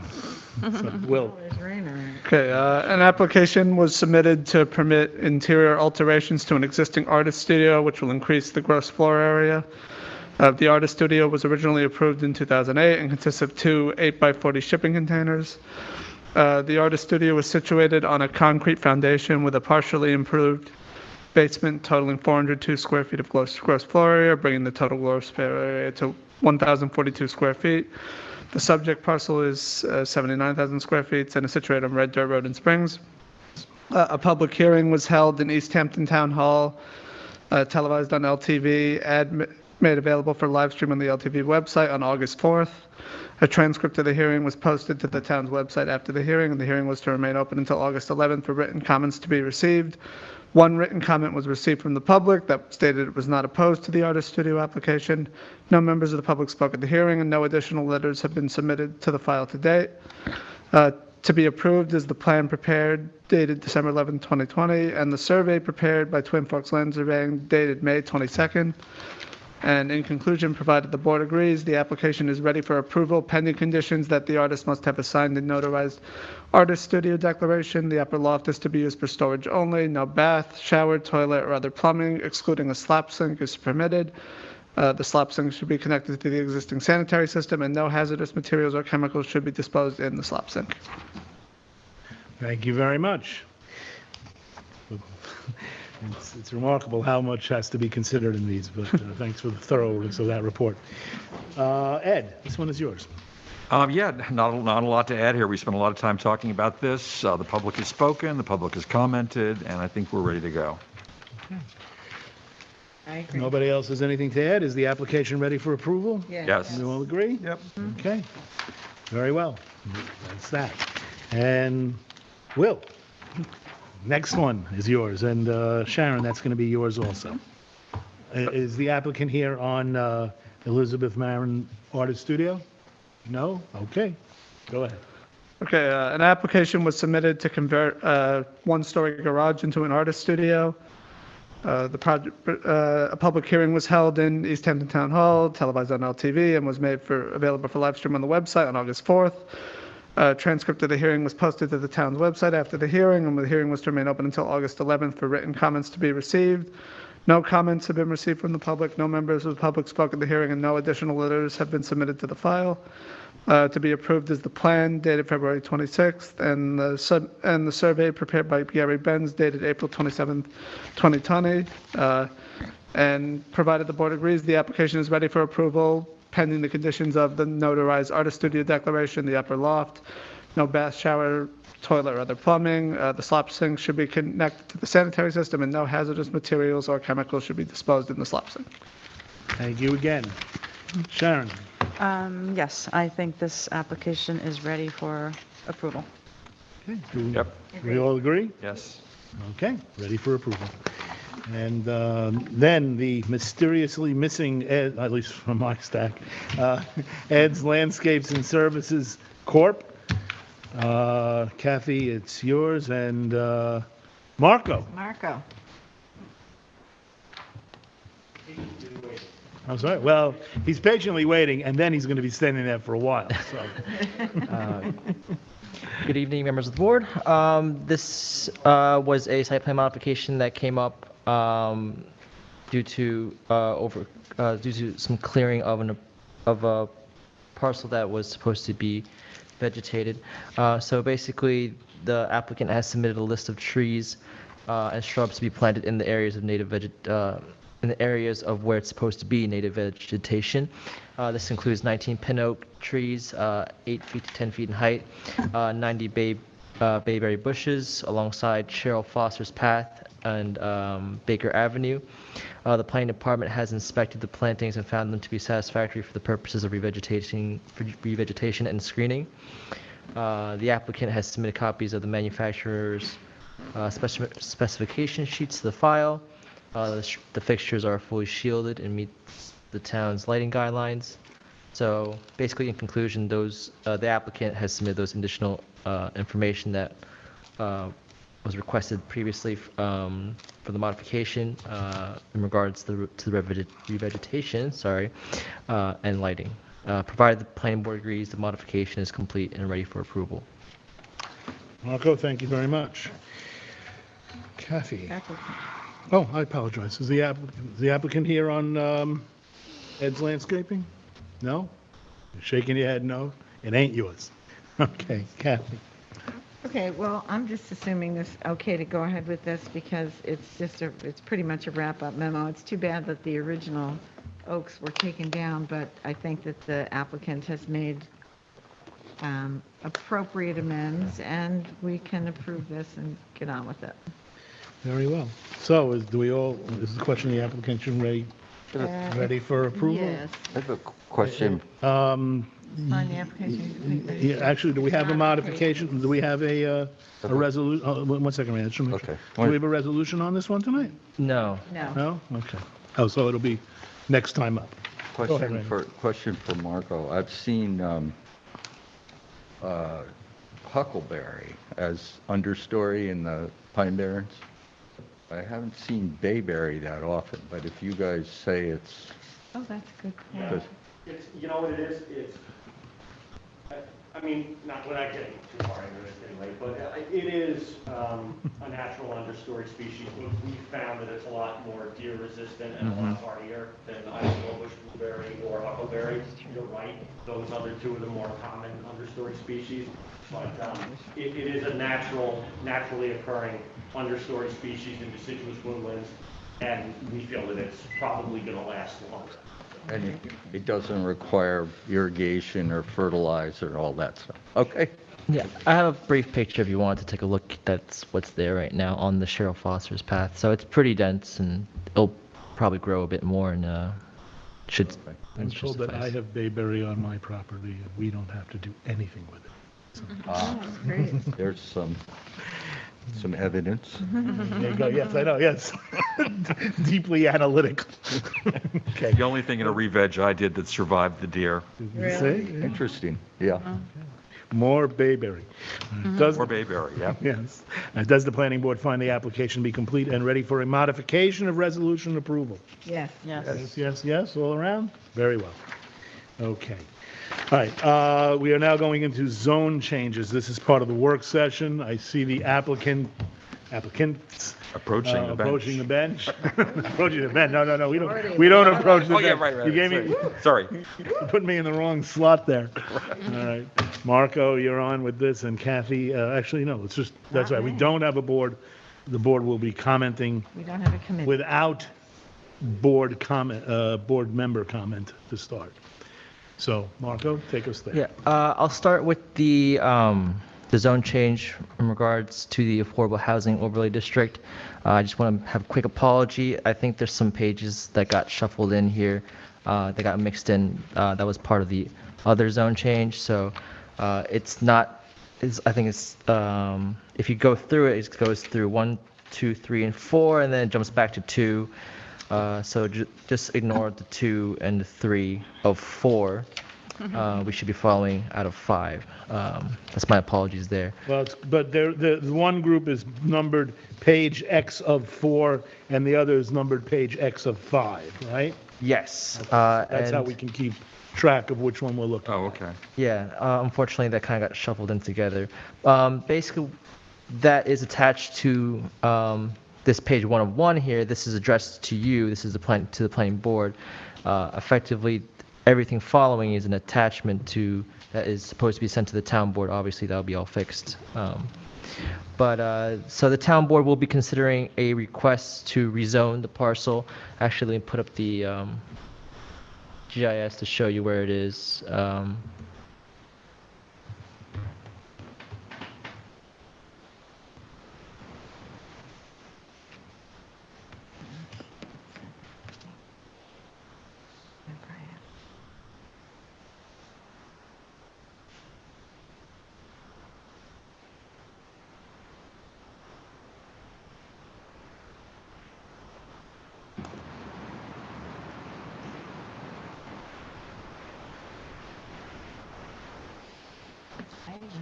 So these are the 2 parcels that are the subject part of the subject application.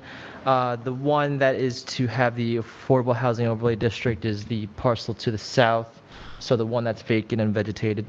So the town board will be considering a request to rezone that from A residence to A residence with the AHO designation. The applicant has also submitted a rezoning request to change the zoning of a portion of the subject parcel to the north, a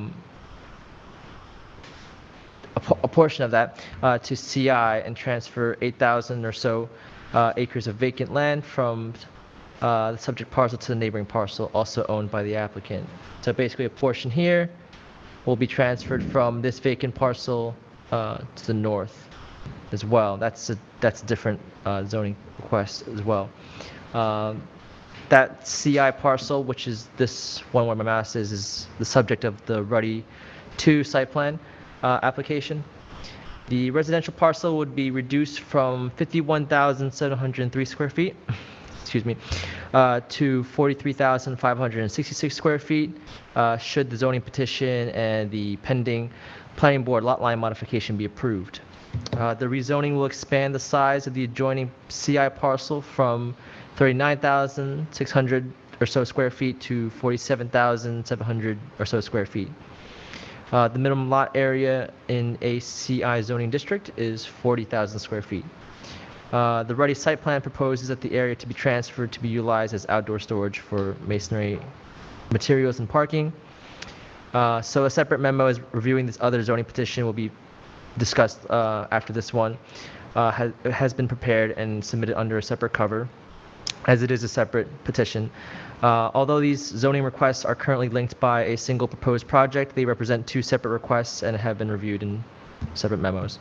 Chapter 255-9-30C of the Town Code requires that the Town Board obtain a written recommendation from the Planning Board regarding any amendment of the zoning Chapter 255 of the Town Code. The proposed zone change will amend the zoning map. The board should review the attached memorandum and discuss the comments to be sent to the town board.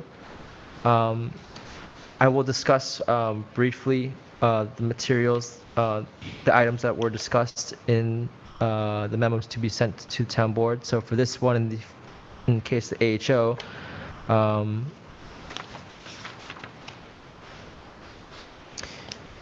for the analysis, the setbacks for the AHO district would not allow for the development of affordable units without seeking setback relief from the Zoning Board of Appeals. Pursuant to 255-5-50 of the Town Code, the minimum lot size for an affordable housing development that is not sponsored by the town is 125,000 square feet. The site is a vacant parcel that is roughly 43,000 square feet, scattered with mature trees across the site. However, the lot is considered 100% cleared. No structures were ever constructed on the site, and aerials indicate that some clearing had been conducted sometime between 2007 and 2010. As part of the 2005 Comprehensive Plan recommendations, since 1984, the 8 units per acre permitted in an affordable housing overlay district has allowed for nonprofits and government agencies to build higher density affordable housing than would be otherwise possible. The plan recommends that the town retain the AHO's zoning designation and seek additional areas that meet eligibility for that, and consider rezoning them with the AHO.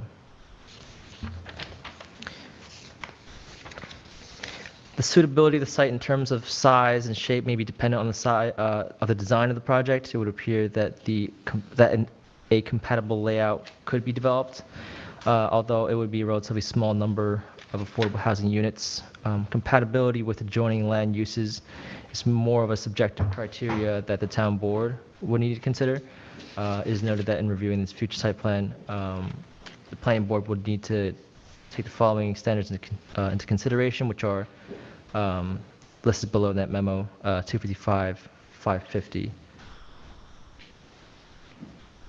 As part of the Hamlet study recommendations, the subject parcels are located in the hamlet of East Hampton. The Hamlet report was done in 2019 and does provide some recommendations for affordable housing. The closest area that as part of that Hamlet study is the North Main Street area. So if I just zoom out a little bit further, this is just north of North Main Street, which is that studied area in the picture in your memo is right roughly here.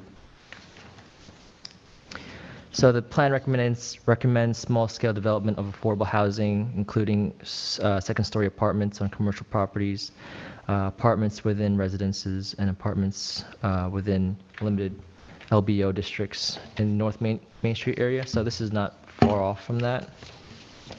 And then just skipping over these pages that were in error.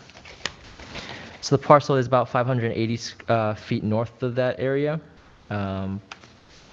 But it is noted that the report recommends an AHO district in the general area.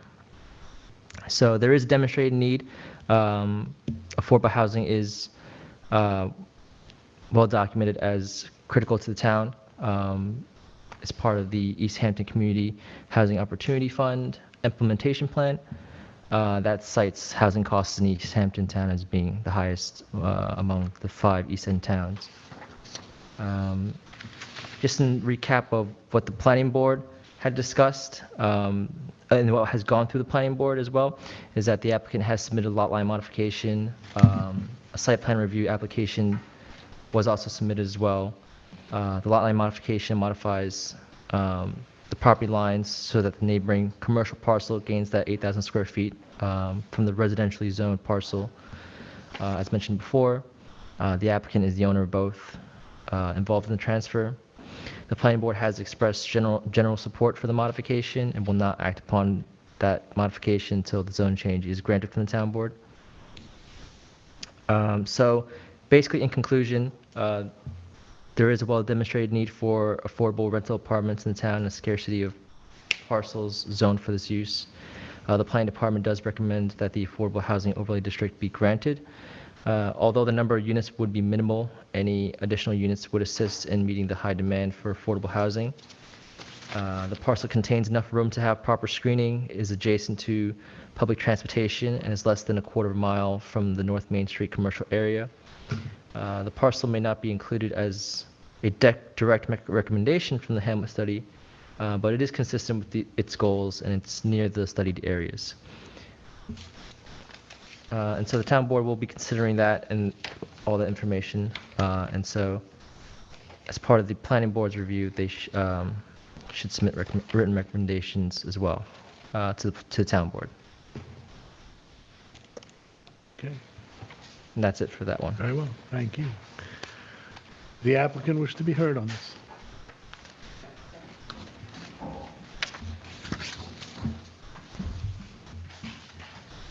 Good evening. My name is Mike Ruddy. I'm the owner of Ruddy & Sons Masonry, and I've been out here since 1984, and I've been in business in the town and lived right here in East Hampton. I employ 25 employees. 19 of them live here in East Hampton. 6 of them travel here every day from further west. I don't have a lot of turnover with employees. Generally, when I get employees, they stay with me. But this year was the first year that I had an issue, and the issue is I lost 3 really good employees for like a real simple reason. What happened is, in order for them to get out here for when we start work in the morning, they're traveling from Flanders and Hampton Bays. So they're leaving at 5:30 in the morning. Takes them an hour and a half to get here, so that's an hour and a half dead time.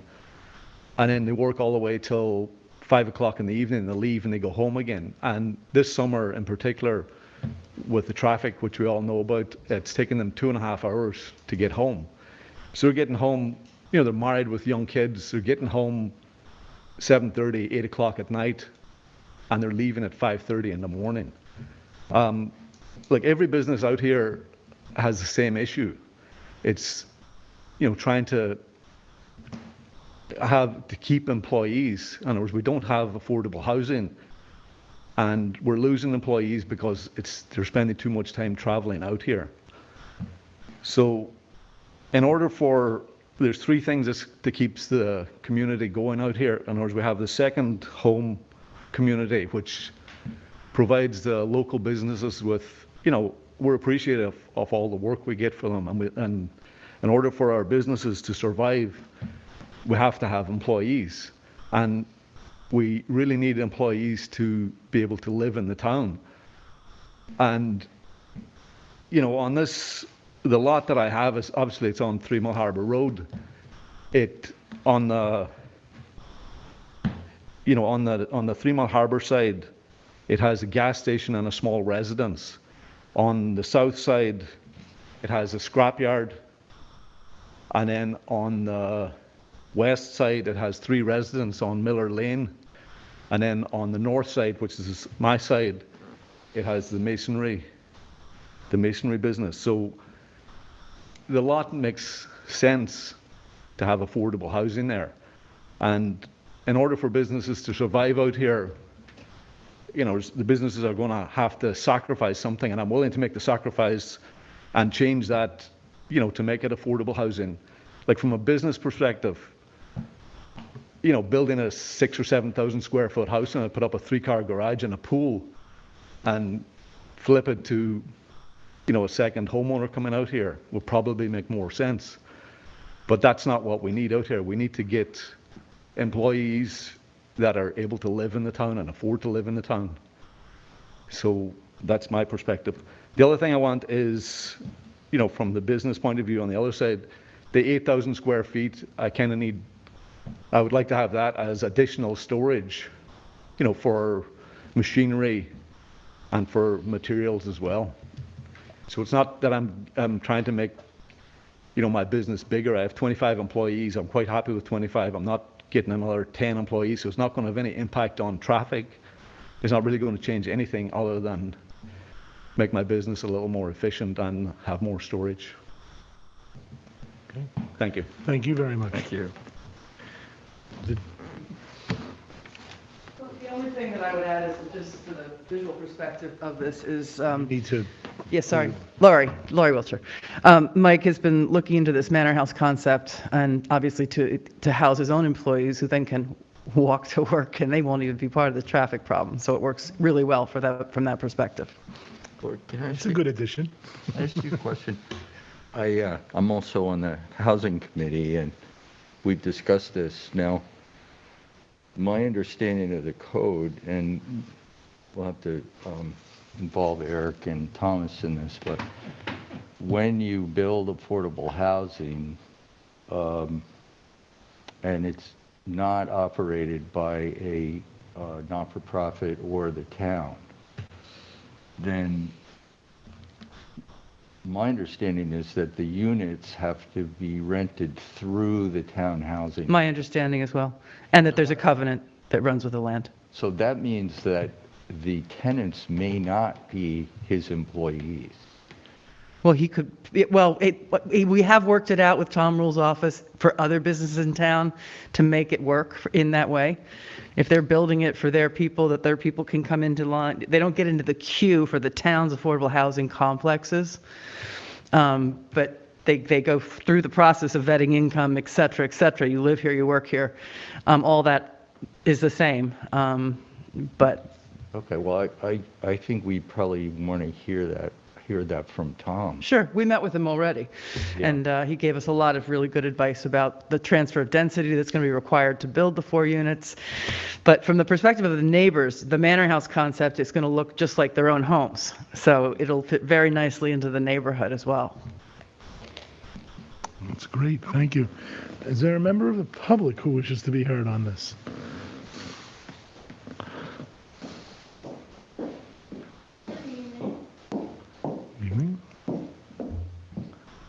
Tina Piet, who I didn't think I would be speaking on this issue, but I am.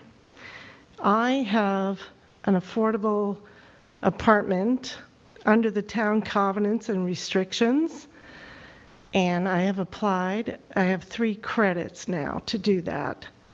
I'm not here for this application, but I can tell you that it doesn't matter if it's this gentleman or myself or somebody else who agrees to provide on commercial businesses, which I think this is what it would be. It's whatever so they're in favor of the affordable housing programs. And I cannot say enough about them because I have a personal above commercial business, which we go through a rigorous town program to vet people who live there, whether it's my employee, myself, or somebody else. And there cannot be said enough about the need for people who live here. So, Mr. Parsons, I understand your remark here, but I don't think it's warranted. The need is here, and it's vetted by the town, and to say that this person or that person needs more vetting, it's not. He's here to say, I have employees who need to live here. I'm here to say, and I wasn't even here to say this, there are people that need to live here. I am under the affordable apartment above commercial business entity with 3 apartments at this point. There's no shortage, and they're all vetted. So they're all what? I'm sorry. Vetted. Oh, vetted. Okay. They're vetted. So whether it's this individual or myself, it is no. I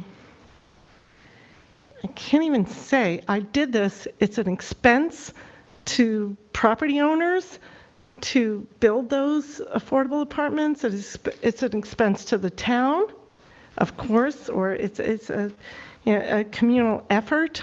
But whatever the town can do and the planning department can do I totally am in favor of. And I wasn't there for this. I'll see you later. Okay, well. Let's, we don't have a board member who leads the discussion, so I'll ask. You do it. Well, I think there's a very valid point that's been raised. That there's a need for affordable Well, yeah, housing. obviously, and that's not the question before no, us. that's not the question before us. The question is whether this property- zoning change Yeah. is appropriate to reach that goal. Right. And the problem is when we I don't want to say conflate because that's really not the right word, but when we in the interest of trying to get affordable housing, are we let me back up just a bit. Making a zone change is a big deal. Right. Okay, I mean, that was the one reason why I didn't want to put this, I moved it off the agenda, did an audible, and with the applicant's consent, which I appreciate, because zone changes are a big deal. The zoning code of this town is one of the things that keeps this town as desirable and as wonderful a place to live as it is. And so making a zone change is not something to be done lightly. And even if there's a totally laudable goal of, meeting the needs to have people live in the town and the town that they're working in. But the planning department memo raises some very important points. It does seem to contradict the Hamlet study. And I question whether, the ultimate character of the community is going to be changed in a detrimental way. I see your Badly highlighting? yeah, badly highlighting and raising raising the issue. Why don't you, since I can't really read it from here. Okay. Go ahead. Well, I have full empathy and recognize the need for affordable housing in this community, workforce housing in particular. I don't know what I was listening to today about that. Oh, I was at a business committee meeting, and that came up, how all the things that Mr. Ruddy has detailed here for us. Our businesses are suffering because and I like to call it workforce housing because it's different than affordable housing in my mind, but, and I would support this zone change for the affordable housing overlay, but I can't do it as a quid pro quo for,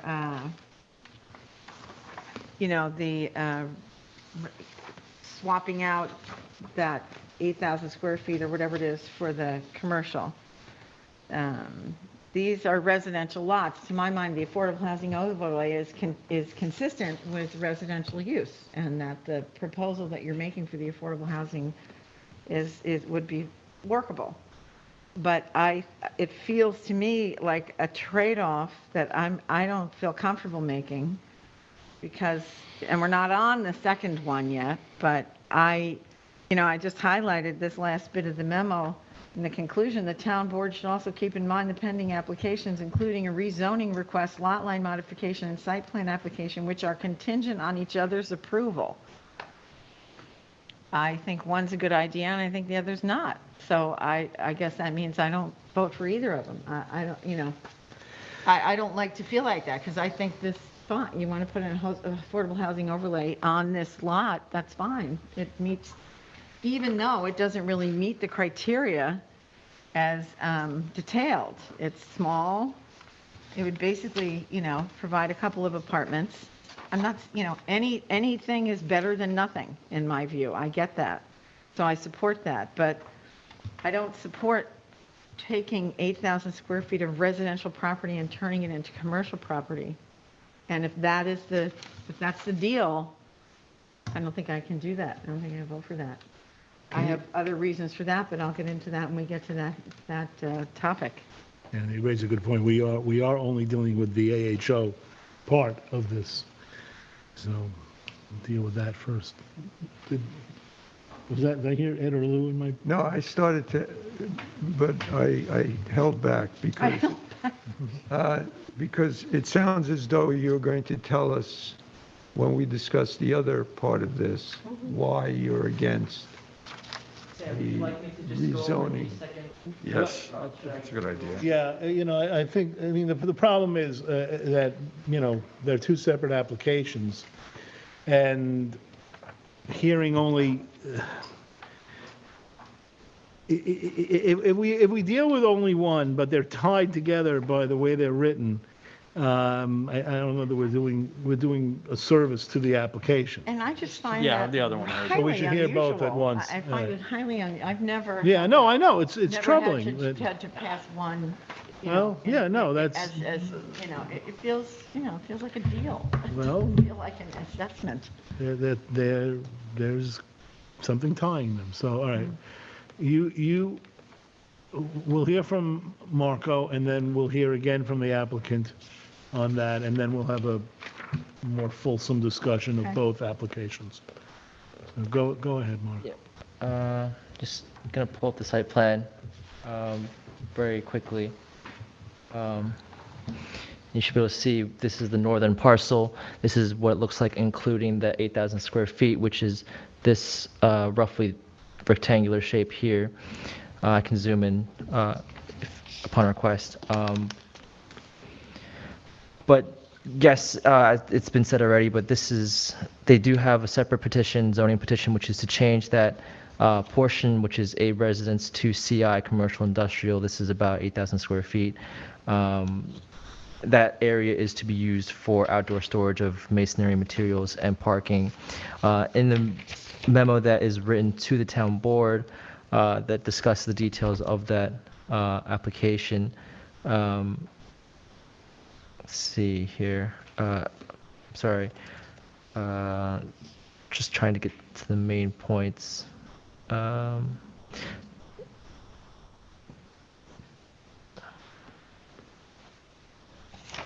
So in terms of the analysis, the rezoning will increase the area available for the masonry business and commercial industrial use and decrease the area available for residential use. The applicant has stated that their motivation for the rezoning and transfer of the square footage is to add additional outdoor storage and parking for the client's masonry business. The site plan depicts 10 parking spaces in a staging area for materials, additional landscaping and curbing. The rezoning will increase the area of an isolated pocket of CI zoning in this area, consisting of the subject and one lot to the north containing a martial arts studio. It is noted that there are two pre-existing non-conforming CI uses on residentially zoned land to the south, which is, I believe the applicant mentioned as well, it's like a scrap yard, it's a junk yard.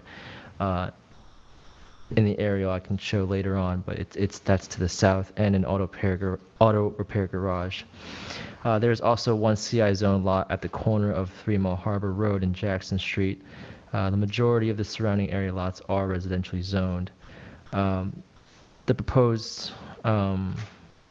property is located on a heavily trafficked road, and the slightly expanded lot may result in a minimal increase in traffic that contributes to the overall traffic in the area. But as the planning board has discussed it in their lot line modification and their site plan application, the board has expressed general support for the modification and will not act upon the modification, of course, until the zone change is granted. The site plan was reviewed, so this site plan was reviewed by the planning board in 2 work session meetings. They requested additional design.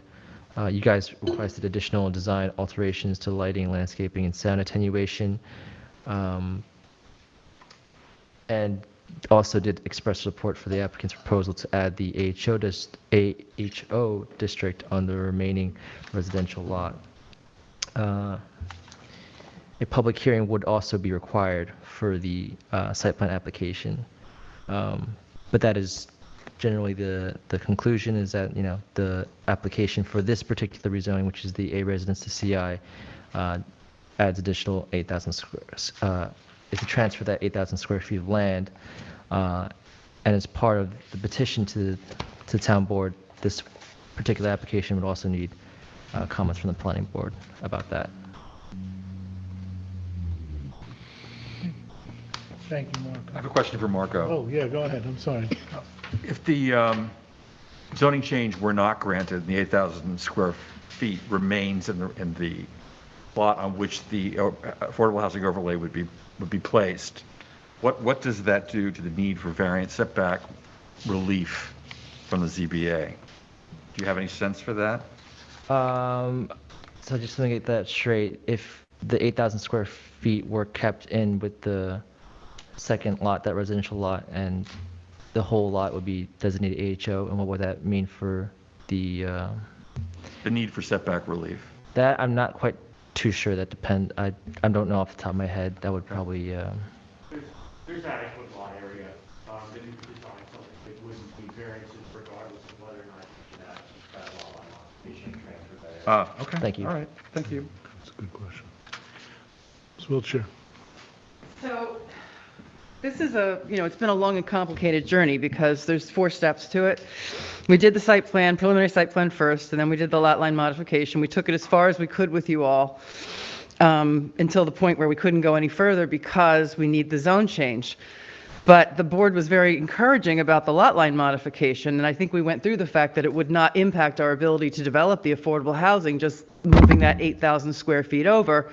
But we can't move it over as a residentially zoned portion. So we went through the lot line modification, the whole application, assuming the zone change would be it wouldn't have made any sense otherwise. You can't add a part residential piece of property to another piece of property. Do you know what I'm saying? We can't transfer 8,000 square feet by lot line modification without the zone change. Right. But you led us to believe that you were in favor of the lot line modification, which is why we went and made the zone change petitions. Well, and there'll be no increase in traffic with this project because, as he said, it's a storage area. It's not to build a larger building or to have more people. all right. So renewing the discussion.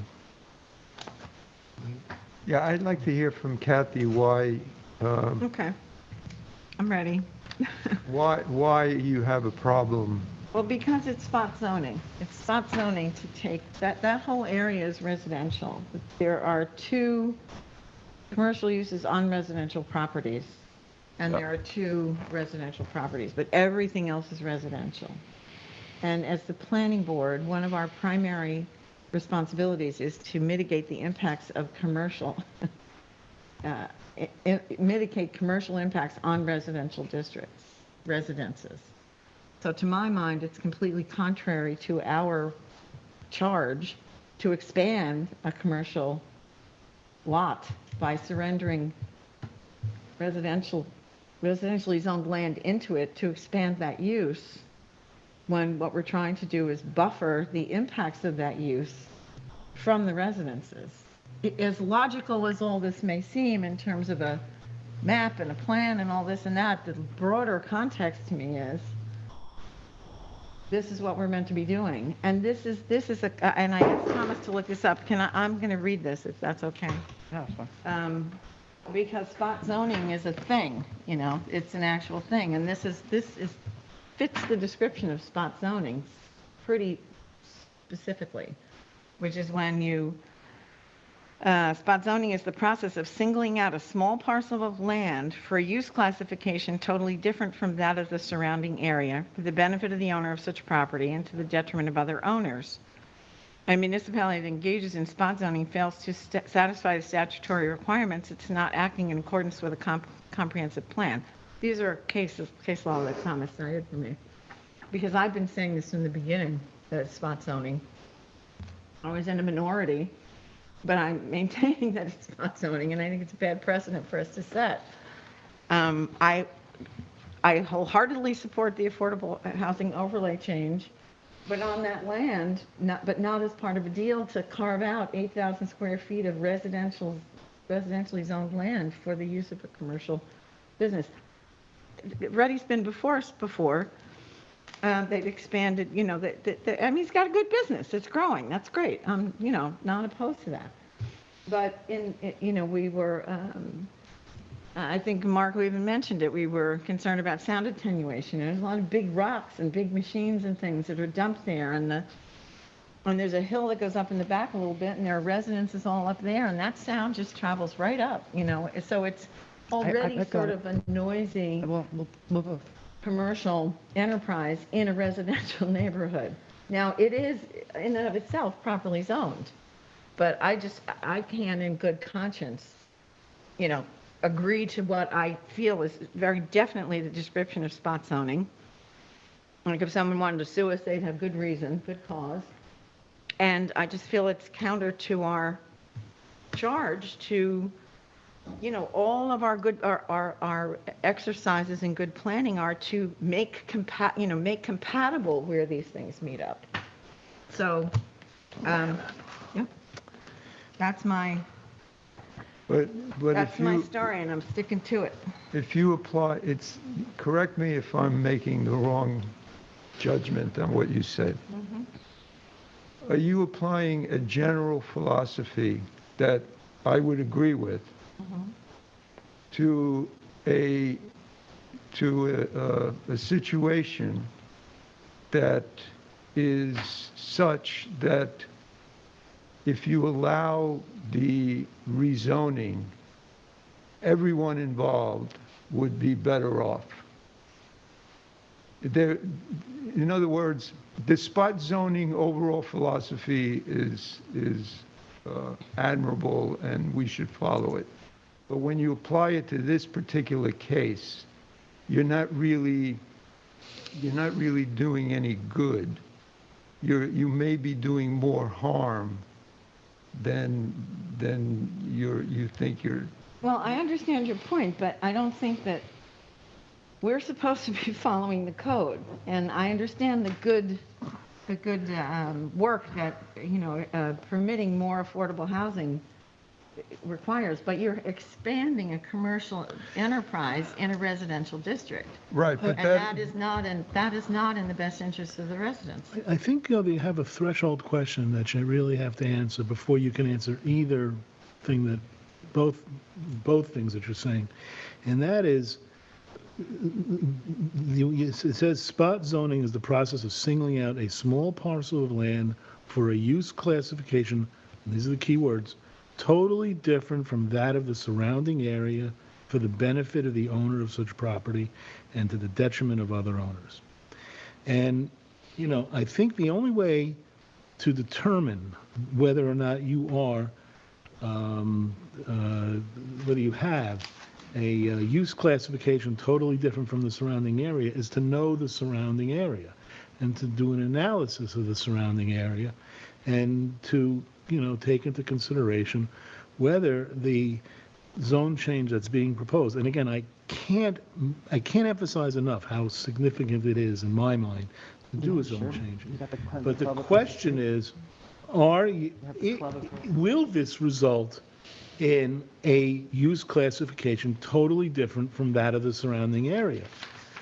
I know this parcel. I think I mentioned earlier to the planning department that the first application that I ever worked on when I was on the planning board as a member of the board and had an assignment was the dojo that was built right immediately next to this parcel.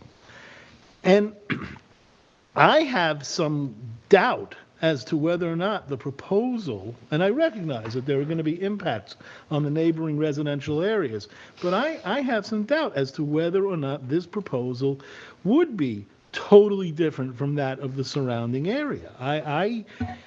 You know, I could be persuaded, and maybe we should, you know, get some tight shots, Eric, if we could. I didn't want to interrupt you, but I think no, I'm well, on. you know where I'm going. I mean, you know, you really can't just make this kind of a decision on a purely analytical, you know, or a disconnected basis. And you know, so I mean, if Letter of the law basis. well, it's not a matter of letter of the law. It's really a matter.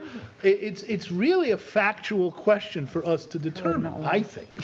I think it's a factual question of whether or not this proposal is, quote, totally different from that of the surrounding area. No, because the abutting property is zone CI. Well, again, but you know, So, you're looking. and I think I know that neighborhood as well, and it's a very much a mixed-use area. I agree. In addition, the little piece of CI would abut the same applicant's driveway. And as far as it doesn't abut, the change to CI does not abut any other residential property. It only abuts the driveway of the applicant. What about Kathy's point about going beyond what merely abuts the affected parcel?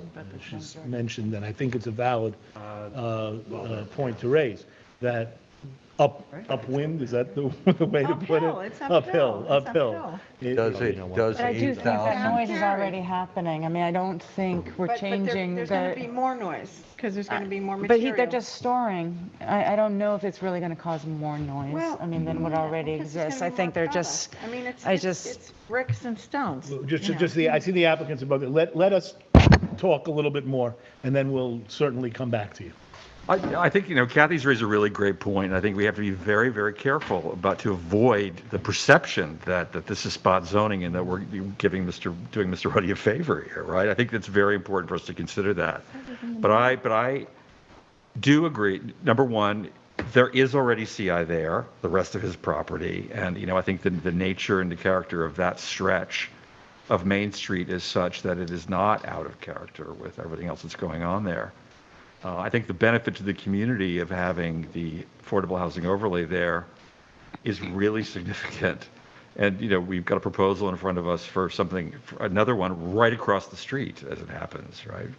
Another affordable housing, couple of units. That's at 44? yeah. At 44. 44. Exactly. So that is my sense of things. I think it's really important that we consider this very, very carefully to avoid the perception of spot zoning. But I think where I'm coming out is that I think we're good. Before we hear from the applicant, let me just make sure that the board has, that anyone who wants to say anything, it's said it. Sharon, did you? No, I mean, I take Kathy's point, but we have discussed this at length with the site plan, and I do believe that we were, sensitive to that addition and trying to mitigate, the sound that could occur in the neighborhood. And, that was part of the site plan, that we were trying to make sure that that addition was something that we were going to protect, the neighbors from. And I feel like we had that discussion, and maybe Kathy was against it back then, but I've been against it. overall, overall. I'm going on the record, and I'm going to write a rough opinion, just so you know. Anyways, I think we are benefiting the community with these 2 additional apartments, and this is all in a commercial zone. Question how you interpret it. All right, Randy, did you have anything you wanted? No, I think it's an unusual and creative application. And I'm comfortable with I'm comfortable with the lot line modification, I'm comfortable with the zone change to CI, and I'm comfortable with the AHO at that location. Okay. Lou? Yeah, I agree with Randy, and I sympathize with the point that Kathy's making. Where is he? But I think we have to look at this application on its individual merit, and we are being very careful, and I think we are analyzing all the points. And I think the detriment that general overall rule not to do spot zoning, I think the detriments that were intended to mitigate, I don't think are a problem in this case. And I agree with that. Laurie, they've got a rule that they teach me the first day of law school. If you're winning, sit down. Well, for the record, because other people are listening, right? Yeah, they are. So indeed. And we are making the record. And I don't want to discourage you from speaking. I'm just going to reiterate a few things. First of all, I do not, as a zoning professional, believe this is spot zoning. You're annexing a piece of property to a piece of property, not creating a CI zone property in the middle of a residential neighborhood. It's already CI, and you're doing an annexation, not a new zone over a completely separate lot. Secondly, not only are our lots CI and the martial arts CI, across the street is the nightclub, which is NB. On this corner is CI, which is this was a welder. I'm not sure they're still there. This is a junkyard, and there's a gas station right down here. So we're clear, and there's more NB over here.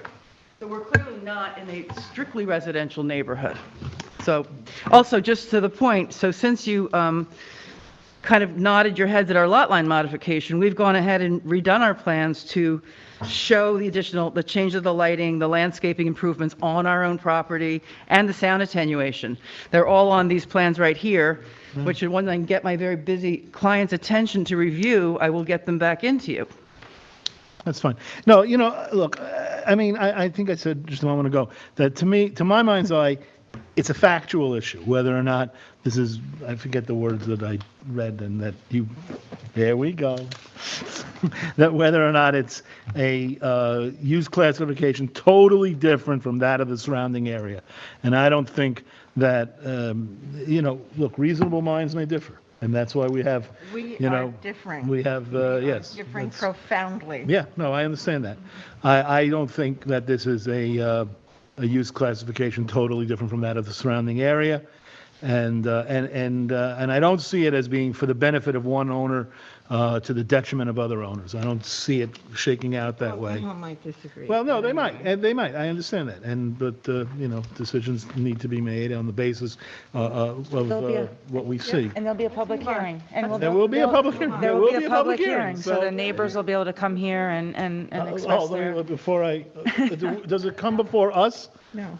No, maybe not us, but. It would be in the town, right? We're not making the actual decision. No. the We town board are is. making a recommendation, and Yeah. it's important to note, and I suspect that our report to the town board will note that this was a decision that was made after considerable detailed conversation and looking at the facts and taking into account the arguments for and against it. So Sam might also say that both the masonry yard and the affordable housing lot would come before this board for site plan review. Yes, that's right.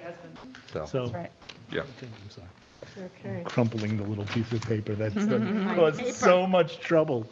Okay, all right, so I think that, not Eric, Thomas, do we need to do anything, or? Well, I guess It's Eric. just, it's comments to the town board, so if you're comfortable, you've got to write a memo to the town board that you have the board's view. Yeah, and that there was a significant, there will be a significant dissent, or? Yes. Okay, there will be. There will be a circulated. dissent. Can I say one other thing about spot zoning? One other thing, at Very quick. 9:03 Okay. PM.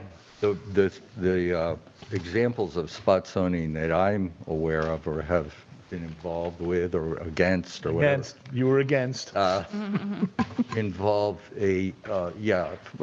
landing frequently a commercial zone in an area that has no commercial zoning, and providing enough land with the new zoning that it meets the minimum lot size requirement for CI.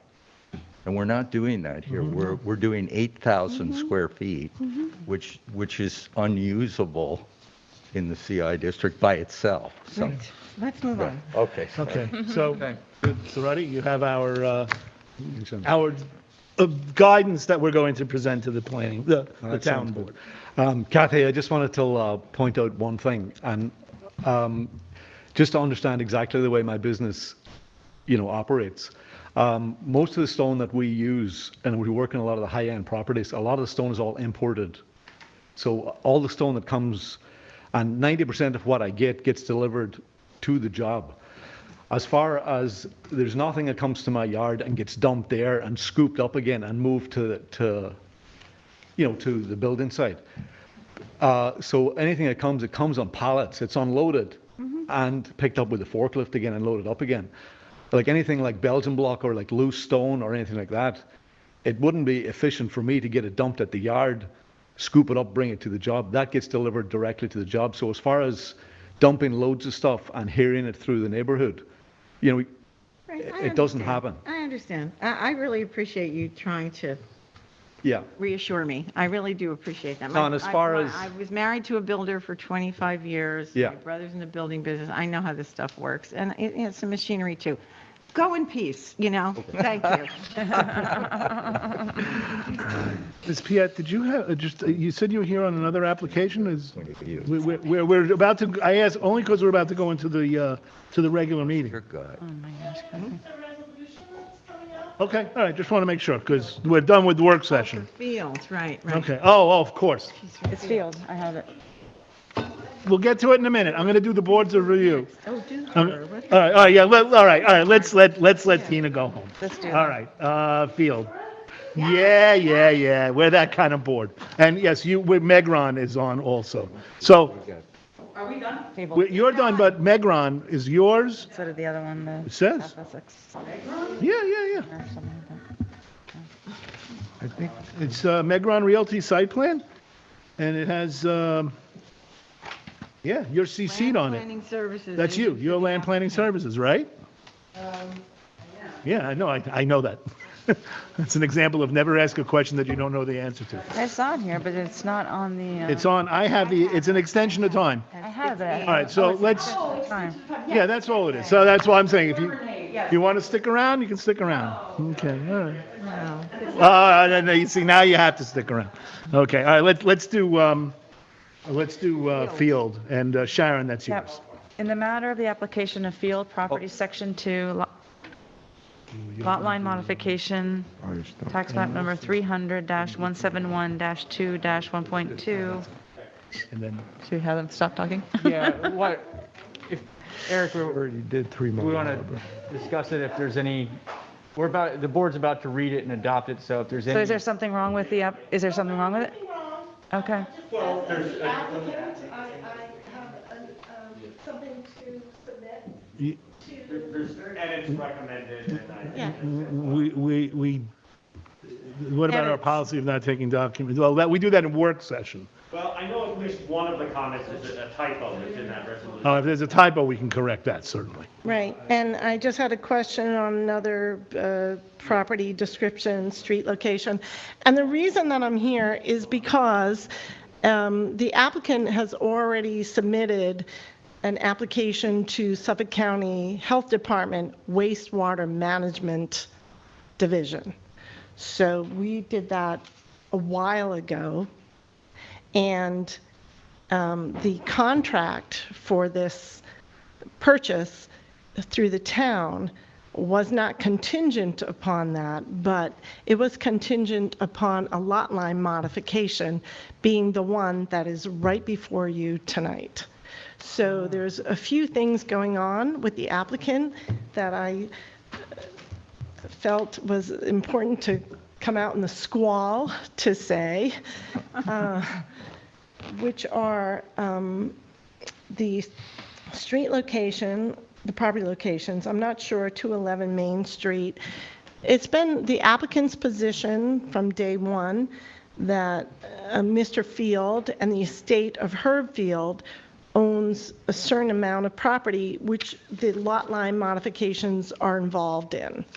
And that was contingent, those lot line modifications carving out certain acreages were contingent in that contract of sale. So the town already bought, it was a 2.5 acreage sale. It was not contingent on the Bistrian property. It was not contingent on anything. It was only contingent on this lot line modification. That is very important to me. It's very important to the applicant. What happened was there was could have been some objection from lot 1.2, which was Springs Fireplace Development or whatever they were. And all along, I said, no, that was bought in fee simple. They own that property. So now we have finally come, me and the applicant have finally come before you for this lot line modification, which was a contract contingency to get this done. There may have been some objection from Springs Development, whatever it is. And I don't mean to be dismissive about that, but I am, because they really didn't have any objection. And now the town is buying that. This is all open and preserved space, including this lot line modification, 2 acres. So when I look through this, the approval, there were just a few things that came to me. I'm not sure what 211 Main Street is on the street locations. I really did try to talk to you guys today and before. Well, let me ask you a question. Do we need to put, if Can we there... postpone this and just Are we better off rewrite it? postponing it? No, please do not. Okay. Do not. Well, then you're gonna, what do we need to do? you're gonna need to do then is give us the specific, line and No, words. I have it. All right, I only let's- got this today, so I'm looking at it. So the conditions of approval, because the town is buying the 2 acres in addition to the 0.5 acres that were already bought, and I'm being very technical about this because I don't want this to hold up the town's purchase of the 2 acres that we've all been in contract for 5 years. So if you just read conditions of approval, the lot line modification, approval hereby granted is contingent upon full compliance with the conditions set forth in this section. So the issue for me, and I don't know if it's an issue with the town, I don't think it should be, is if the specific words are, no property may be transferred for any improvements made, which there will not be any, except in accordance with this conditional improvement. Where are... The very top. Right here, No property conditions may of transfer. approval. Right. So no property, this is my applicant, my client concern, is that the town is in contract to buy these 2 acres in The addition. property will be transferred, is what you're saying? It will be I see. transferred. Okay. And, The property, so. and I'm being property- so nitpicky, not but, no, but property will be. right? Well, my only issue with it is if council has no problem with the change, of doing the change to the modification, to this, As lot far as line the modification. property being transferred, no, that's fine, you can change that.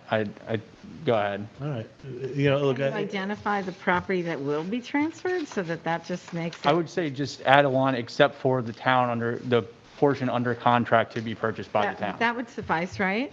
Yes. that works for you? So so keep it as no property except for. Except for, what did you say, Thomas? The portion Portion under contract under contract to be purchased by the town. to be purchased by the town. Does that satisfy you? That works? Yes.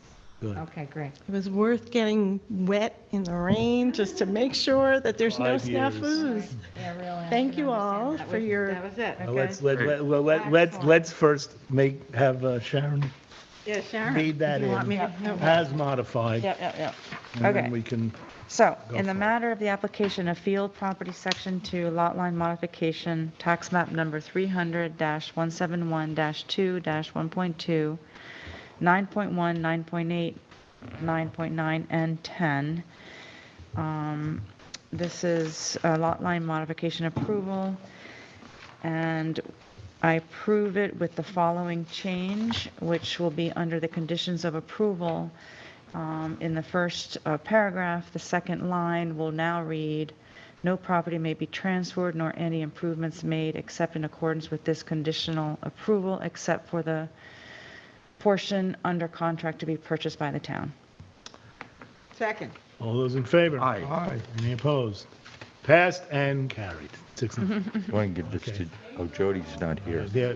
Jody's right she is there. there. What are you, sitting way up here? sorry. You don't see Jody sitting over there? Do you need this? No. Okay. She's already All right, got it. I'm gonna do Way one ahead of me. other, and then I'll do Megron. Lou. Okay. In the matter of the application of 80 Firestone Road, site plan special permit, Suffolk County tax map number 300-017-01-05. I have read the site plan special permit approval, and I move for its adoption. Second. All those in favor? Aye. Any opposed?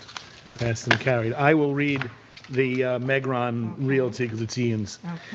All right, you want to do it? No, I'm joking. All right, in the matter of the application of Megron Realty Site Plan Special Permit, Suffolk County Tax Map 300-49-3-16, for an extension of time through August 15th, 2022. I have read the resolution and I move for its adoption. Second. All those in favor? Aye. Any opposed? Passed and carried, 6-0. Congratulations. All right, we're going to wrap up with 4 planning boards of review.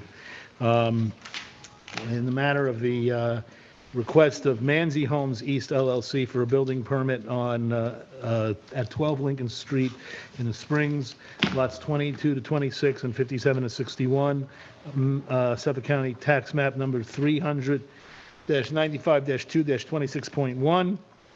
I've read the Board of Review. The amount of the undertaking is $22,500, and I move for its adoption. Second. All those in favor? Aye. Any opposed? Passed and carried. In the matter of the request, the Board of Review, the request of Paul Porio for a building permit on the premises at 126 Mulford Avenue in East Hampton, Suffolk County Tax Map 300-138-2-12.1. There is no undertaking. There are no road improvement units involved. I've read the Board of Review and I move for its adoption. Second. All those in favor? Aye. Passed and carried.